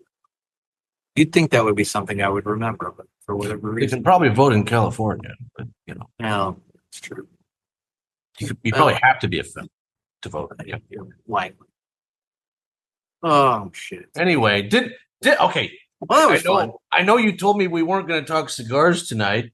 We can talk whatever the fuck you I want to had talk. no idea we were going to go in these fucking directions. But Look, I just figured, I mean, I had the sports thing on deck, but like, yeah, we've gone in weird ways. But that's how these go. it is. And we haven't done a big, long Trey Mac Nick conversation in a long time. It has been quite a At while. least not that anybody's heard. You and I have had our Yeah, own. no, we've had plenty of conversations that have gone but on for hours. But not that anybody's heard. no, So, yeah. no. I'm usually like, yo, Nick, I'm in fucking Timbuktu. I can't fucking take this shit anymore. Fucking talk to me, bro. Usually how it goes. Yeah, we're like, I got 3.5 hours until I'm, back at my blah blah blah. Yeah. Like, let me. And then I fall asleep talking about rice. That did happen. That That does happen. You're like, what's the deal with rice? Hey, we're at that point now. Yeah. I can always I'm tell. telling you that. Okay. You get real quiet, then you say something really off the wall. I'm That's- like, I've lost it. Done that my whole life. Yeah. But that leads me to parting words. I know I said I hadn't watched shit. I haven't watched shit, but as I told you, if you haven't watched Hero Dreams of Sushi, Right. it sounds dumb. Great documentary. A lot of passion behind that sushi. All right. Hero Dreams of Sushi. Yes. HI. Yeah. Hero. Oh, sushi. Onishiki. Between that and the sumo wrestling, you got all kinds of shit going on there. Bro, I've learned I learned a lot of like Japanese words and shit just by watching sumo, and like I'm like, Why would they? Do they have American commentation or commentators for that? I haven't watched it. I may have just made up a word. I assume they do, but I have not seen like American commentary on sumo. Well, that's true because during the World Cup, you were watching the Telemundo broadcast. I do. I watch it. Telemundo is the way to go. It's better. It's great. So I try. If I'm going to take in a foreign sport, I try to. I try my best to involve myself with whatever nationality that is. But I'll tell you this: I guarantee, if you watched Americans commentate on sumo, it wouldn't be nearly as entertaining as like. Well, shit. It wasn't nearly as entertaining watching Fox as it would have been watching Telemundo. I know that much. Telemundo's fantastic. But I'll tell you. So, like, I tried my whole Apple AirPods While watching, well, it was admittedly it was wrestling. One of the Japanese wrestlers was on doing cutting a promo and he was speaking Japanese. So I switched it on and did the earbuds. I don't know if it's because of the fan that was running or if it's the fact that my AirPods were trying to pick up sound off the TV, but like it wasn't great. It tried, but it was very delayed. And when you compare to the subtitle, it was like, oh, we're missing a lot. Like it's not picking up everything. I should try that with my Meta glasses sometimes, but I haven't yet. I'm waiting for Pulpit Fest because I'm sure fuck the moth. It's huge. Hector from Villiger is going to be at Pulpit Fest. And so I want to he and I were talking about using the AirPods back when I went down to Miami last year. And so I want to at Pulpit Fest have a conversation with him with the AirPods where he's speaking Spanish at me. Yeah. And then that way we can really give him a solid like in-person test. Because I'm wondering if they work better in person than trying to translate through like a television or something. Guarantee they do. I would hope. Yeah. But because otherwise it's a fun concept but useless. But you've used your Meta glasses. Well, I've had plenty of conversations with people in other countries and worked great. But how do they, like, if you say something in English, how do they know what you say? The phone speaks Spanish. Oh, so you speak it and it comes, and the Spanish comes out of the phone. Big deal. It's pretty cool. Interesting. Okay. Oh, well, I don't know. Something different. I just want the little plug-in. Just go straight up Star Trek Universal Translator. Everybody's speaking the same. I mean, let's be real. That day is. We're getting there. Yep. It's going to happen. And then I'm shocked it took this long. Are we living in the Tower of Babel?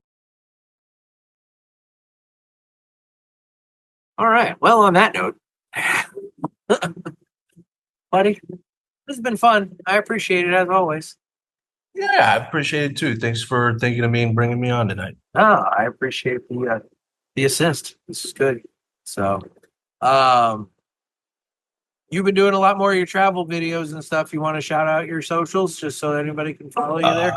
Yeah, Trey Mac Travels on Instagram. You never know what I'm gonna throw up there. I mean, shit, the plane video was. I was going to say you had your plane experience. Yeah, that was just weird. So yeah, I truly thought it was smoke, but when definitely you said it was humidity from the air conditioners kicking out, I was like, that makes sense. But and I'm on a lot of planes. I've never seen that. I've never seen anything like that either. Of course, I also haven't been on planes when it's been as balls hot as it's been lately. So I was like, well, I have to record this and put it on the internet for other people to see. So, and then I am on the TikToks these days. What is, I don't even fucking know my TikTok. It's not, you can't assign it? No, I just, oh my God. That was my TikTok. TikTok starting up. So it's Trey Mac .travel. Trey Mac .travel. No dot on Instagram, but we have a dot on TikTok. Yeah. And I will experiment on TikTok to see what I want to put on Instagram. So you never know. There might be different things on the old TikTok. All right. Well, cool. Yeah. Well, buddy, take it easy. I appreciate it. I appreciate you, brother. I'll see you soon. All right. Later. Peace. And I really want to thank Trey Mac for taking time out of his night to chat.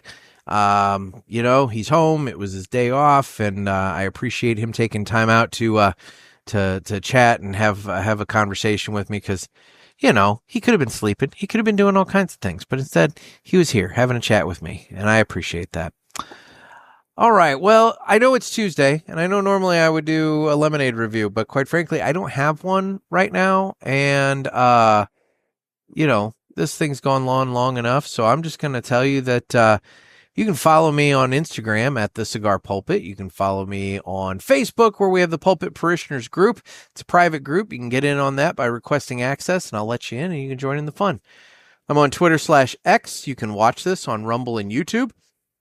I do need your calls for Ask the Pulpit. You can give me a call on the hotline at area code 863-874-0000. That's 863-874-0000, or tofu pie with no E, 0000.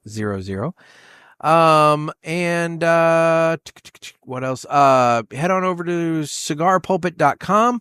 We got two things there that you need to pay attention to. The first thing is the little pop-up box that comes up. That signs you up for the Cigar Chronicle newsletter. I do that once a month, maybe. I'll have one again, in August here. So sign up for that, and we'll get you on the newsletter list. And then we do still have a few tickets remaining for Pulpit Fest. I keep saying it, and it's going to be fun, and you're going to miss out, and you're going to kick yourself for it. But Pulpit Fest, October 1st through the 4th in Palm Coast, Florida at the Ashen Ale. You can get tickets by going to the first post on cigarpulpit.com. The poster's there. Click that. It's a link that takes you to eventbrite.com. That's BRITE, eventbrite.com. And you can buy your tickets there. Tickets are $35. 30 of it you get back as in-store credit. So it's probably the best deal you're going to find in the cigar industry in terms of an event. So come down, hang out. We're going to have a wonderful time. You're going to enjoy it. Otherwise, yeah, I think that's about it for tonight, guys. It's late and I'm tired and I got to get this episode out. So with that being said, this has been another sermon from the Cigar Pulpits. I'm Nick. Everybody, stay safe, stay smoky.